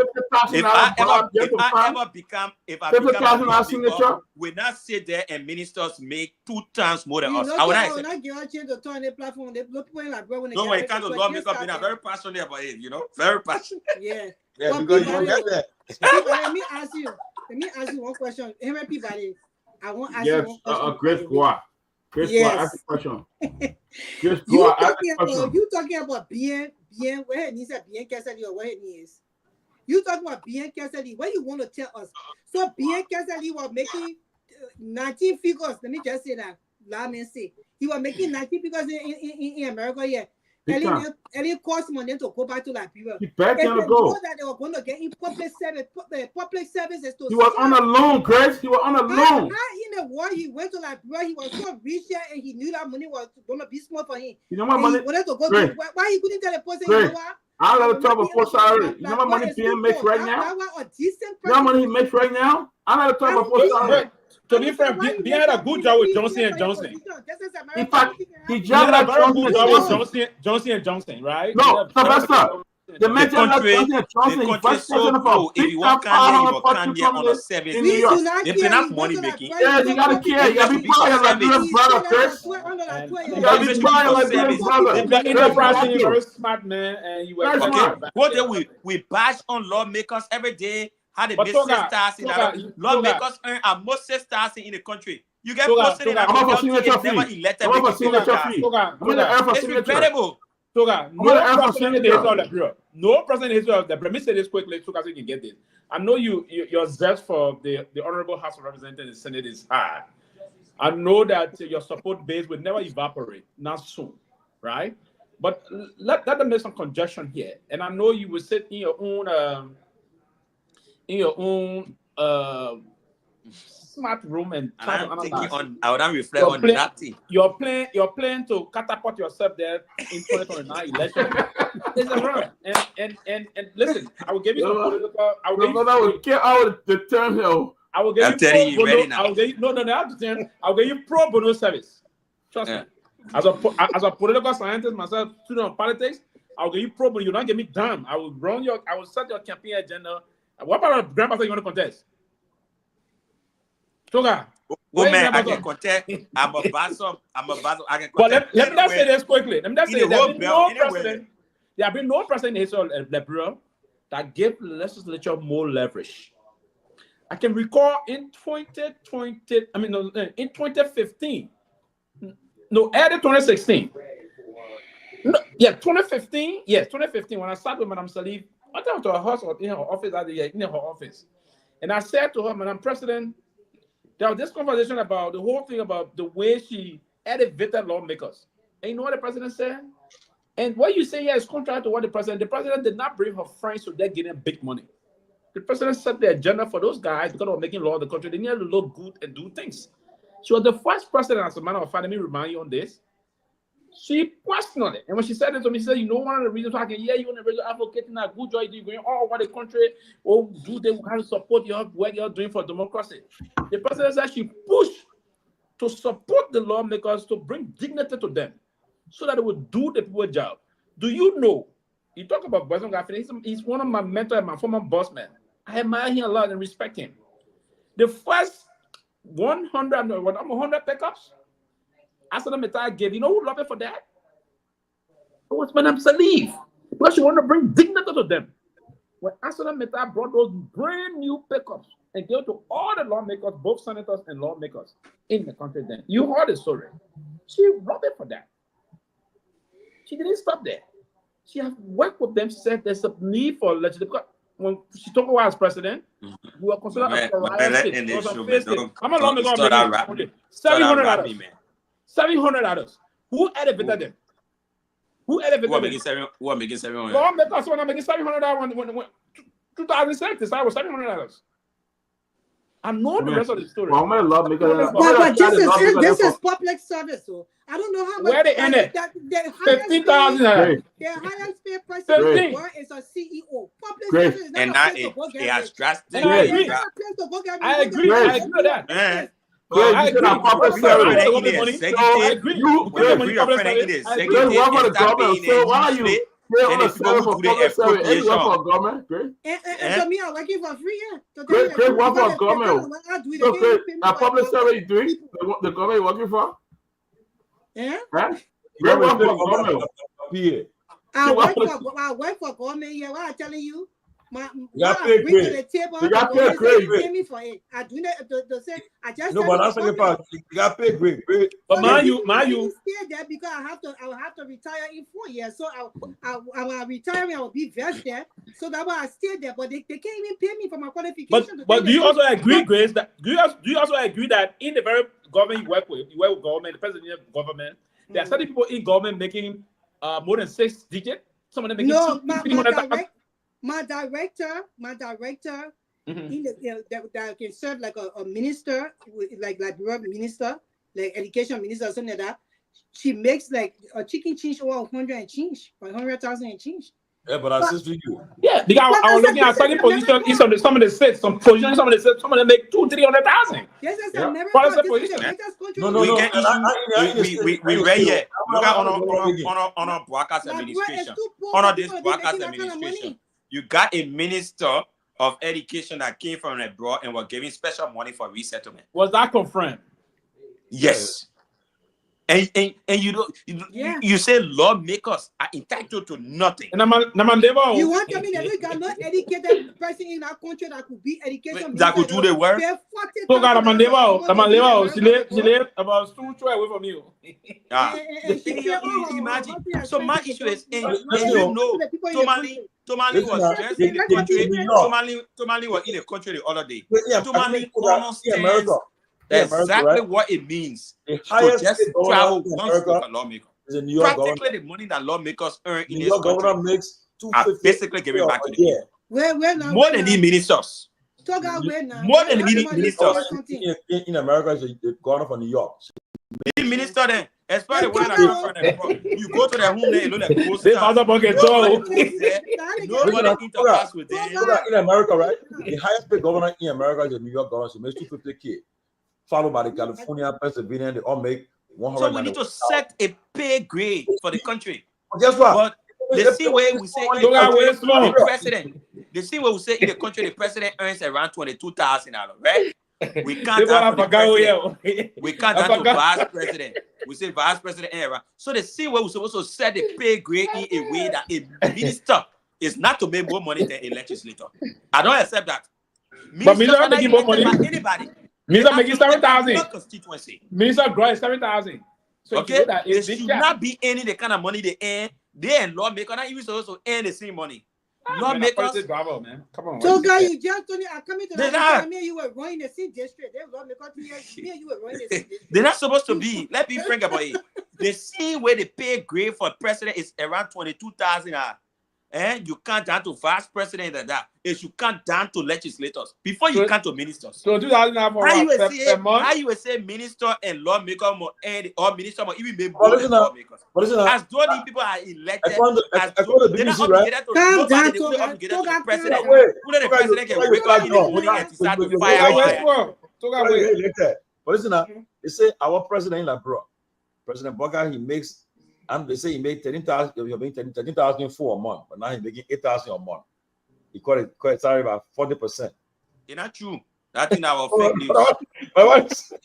The president of the country earns $22,000 a month. That's fake news. If no, that was a mistake by the government for BBC. Income was President Boga reviewed for like annual salary was 30,000. Why you think nobody in the executive earns more than the president? The president earns 22,000. Nobody in the executive earns more than the president.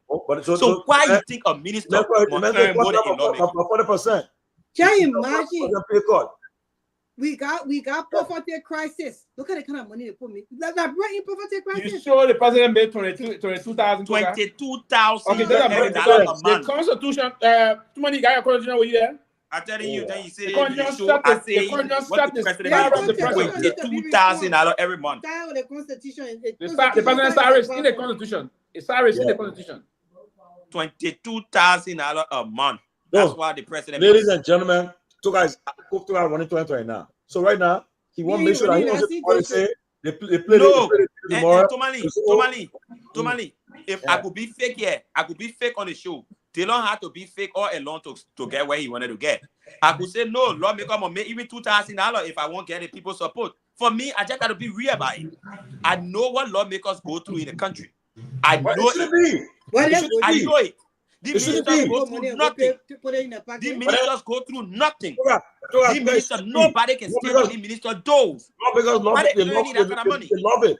They love to see what they do, what they go through. They love it. Why you think somebody must be at LTA and be making $15,000? Why a lawmaker is making $6,000? When the budget comes to you, tell the say, put the money in the budget for my county, my district. Of course. But you concern about yourself. And you say they go through something. No. They encourage it. They want it to happen. But my point to you, Togar, all the money you making love there, you yelling to say somebody can't kill you. How is it that all the money in the budget and not put for the lawmaker, we can't see nothing they're doing? The only person who can see doing something that Musa Perete in your own country. We see nobody and he that one that Musa personal, Musa building, yes. Personal money. That Musa personal money. All the money it's different. All your fees. No, that Musa personal money. No, my because question to you is all the money that people say anytime. The people need money. What have the people done in the district to show? What have we seen? You want me talk about something? I don't want you to answer me, sir. You don't want me to answer, so you see. I will tell you, and that is the problem. One of my friends went in the Ethiopia, he went to go do some job there. When they make him from there, he says, I just will get out of the country. Yeah. The thing the man saw in the rural part, like, bro, he got so Great, let me tell you something. No, listen 1 minute. Give me a second. Give me a second. Grace, you won't be lawmaker. You won't be lawmaker too. So let me explain this. Okay, let me explain this. Grace, one of the things you first of all need to understand, the lawmakers make this thing appropriation. Everything you see the executive doing, the lawmaker participates in it. So but the thing about it, some of the mistakes we made is that we think that when we see the ministers doing a piece of work, like when public welfare facing a role, we think that it's the minister of public welfare that is fixing that role. No, lawmakers are involved. Now, because the public does not understand that, the minister of public work can go contest later on and win any election. And because the public thinks that the road are key that the minister of public work brought here, so let's vote for the minister. But the public does not get to realize that lawmakers were involved in the road coming here. Now, some of the reasons why you see lawmakers are not infusing in the budget, that was some of the reasons you see lawmakers are putting in the budget, direct projects from themselves called the legislative project. The problem is, part of our problem is the lawmakers themselves make things to make the people, their various constituents to believe that they will create mountain where mountain should not be created, right? Exactly. So that's the process here. And that's the whole thing. We need to reorientate those guys how to engage in campaign processes. If you went to the people, if you went to the people and told them the that society, I come in 1 minute, I come in. If you went to the people, no, it's not about the society, it's because of the way they channel the campaign process. No, I will bear a role.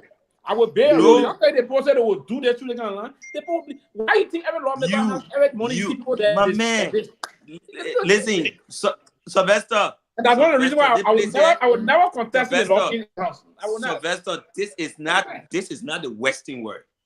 It is not possible. Take for example, our contesting.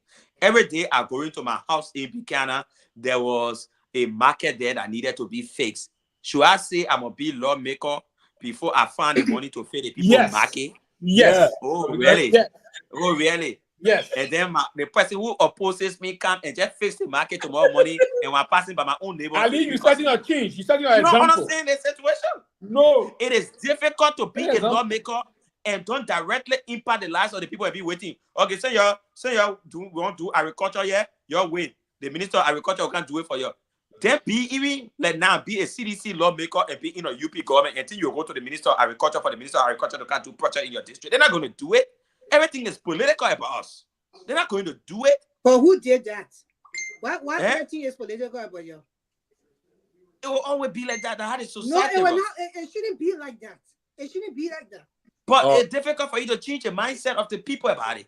If you are Minister of Education, the Minister of Education will want to choose more educational subsidy or whatever to a lawmaker from the government's district as compared to an opposition. You saw Yeke Koluba on a judge where many days Yeke will jump and say, okay, the bidding the market, I mean, the one made the market to come here. You have to go seize the movement. These are situations that we've seen over the years here. They're not going to change just now. You can't be a lawmaker and run away from it. And that's why most of the ministers, as soon as they're wrapping all their ministerial job, they're running for office. They now take off. Most of the superintendents, for example, check around you, all the superintendents are contest for office. Because the superintendent will be carrying chalk somewhere to one public school and the superintendent will say, I brought a chalk for y'all. The lawmaker not carry nothing to that school yet because he's waiting for legislative funds. And the superintendent will come run and be in that district. That's why they're supposed to have education. They're supposed to be having programs that will educate the people on LBS. This is how these things are ran. This is how they're going to do it here. And they do it in other countries. They have to educate. Why you laughing? Great, you're not understanding today. Grace. Live Sylvester live among these people. Don't mind Sylvester trying to play all these games. Sylvester live here. He know these things. No, there's no shenanigans. There's no shenanigans I'm bringing in. That's why you on Sylvester. Sylvester, you and I said no to be a lawmaker in Liberia. The difficulties it come with. Most lawmakers, some of the men got to be changing their telephone number there in their country. I love it. They see lawmakers go through in their country. You don't have to go. Guys, so we'll be here on Wednesday. But I say tomorrow, Togar, probably Algeria tomorrow, right? Yeah, Algeria, yeah. So yeah, let's hopefully. I think they say Algeria is stopping the zone with three points. Liberia forced a draw won last week. So probably Algeria tomorrow. Hopefully we'll be Algeria tomorrow. I'm coming to be Algeria tomorrow. The coach we'll have the coach as our guest. Maybe after the game, reach out to the coach, our Italian coach, and what the man is Marino something. He'll be our guest here. But hopefully, but I'm sure the Liberia can here. But so he better if you want he better make sure we win. But he can't Liberia will call and where are we playing Algeria? In Algiers? We play in Monrovia. Oh, okay. I thought Algiers. Yeah, so that's good. I think I heard the coach is one of the most performing in recent history. Hey, you see, because he has not lost any game now. But the coach will come here. For me, he's not only performing, but we've not lost any game on him. I think we've been enjoying all the game, but to do? It's better than losing. Tomorrow, the chief of sports, President Boga will lead the team. Let's see what every day. Ali enjoying all. But tomorrow wear blue to cheer our brother victory. Give victory to all Liberians. Give victory to all Liberians. Give victory to all Liberians. Before we leave, I just want to ask a question. Everybody on the show, everybody, 100%, everybody. What is our anticipation tomorrow for the debate? Donald Trump, the bulldozer. Tomorrow, because Trump will destroy him. Well, I can't talk about because I was sure of Biden, but Bobby goes start freezing. Bobby Bruno. How is that put that day? I did Bobby not ready here. No, the first, I felt. When you enter the hall, he said, "Don't cry." He said, "Hello." I said, I was drinking my star. I took the star. I got fair with myself. The first 5 minutes I knew, I said it's a bad day. So at one point, Church said, "What are you talking at?" I can't even understand what he's saying. But I told my girl coming out tomorrow. I'm sure the girl, I'm sure she understand him. If you forward, don't try you mess it up. Don't what you do. The woman is informed. Try to go what you do for the country. and also try to match your record. The man started bullying the woman already. The man said the woman, sorry for the expression. The man said the woman dog. She's not smart. So that so he said it yesterday, right? But no, and he not smart. He's the more dog and funny. He talking. Every question he talking during about $1 and Marco Rubio. Yeah. Then he won't put it out. But George Bush was lacking something until they met Donald Trump. When they said dog, they have call us back. They got 27% of the independent still want to know her, so she got tomorrow. How much is tomorrow to show her to prove herself tomorrow? I need to do it tomorrow. Take control, man. Tomorrow we're going to feed. I'm going to feed tomorrow. It's on our way. Thank you. Tomorrow. How much the ticket? The game. Togar should tell us how much the ticket. No, I don't know. Yeah, how much the ticket? We'll get running FIFA around. Yeah, be $5. Imagine, because I mean they want more people to come on the fee because the team has not been impressive. So I think that's so why you need to reduce the ticket money. Because, the team has not been impressive. And even with that, most of our people not have the money to go. We got no Grace. But this time they were in the first ranking of that league. You don't even get space. When a team is impressive, the people can want to watch the game. Yeah, but when the team not showing any real courage, like people can be tired with. That's what happened. Okay, guys. Yeah, before let me just say something quick. You know that the caller who called was saying, I was stressing on saying on your salary was not so. I just used her salary as the highest. I used her salary, but I was talking to everybody across the board how they make money and leave the people out, and that's why I was just stressing on from the president down. I just feel the money that they pay them too much for a poor country like Liberia. So that's why I was just trying to. Okay. Well, good night. Tomorrow, our professional school. You come here, Robin, tomorrow morning, you school for that. I can just imagine the time I bring to go play Ghana. When I brought to Ghana to play like, so I saw Coca-Cola on the field. So I miss we are right. I miss we are now, right? Yeah, you miss him. We are.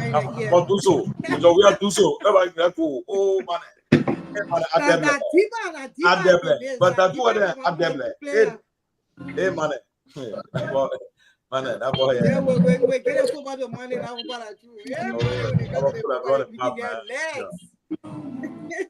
Thank you, guys. Bye bye. Mr. Henry.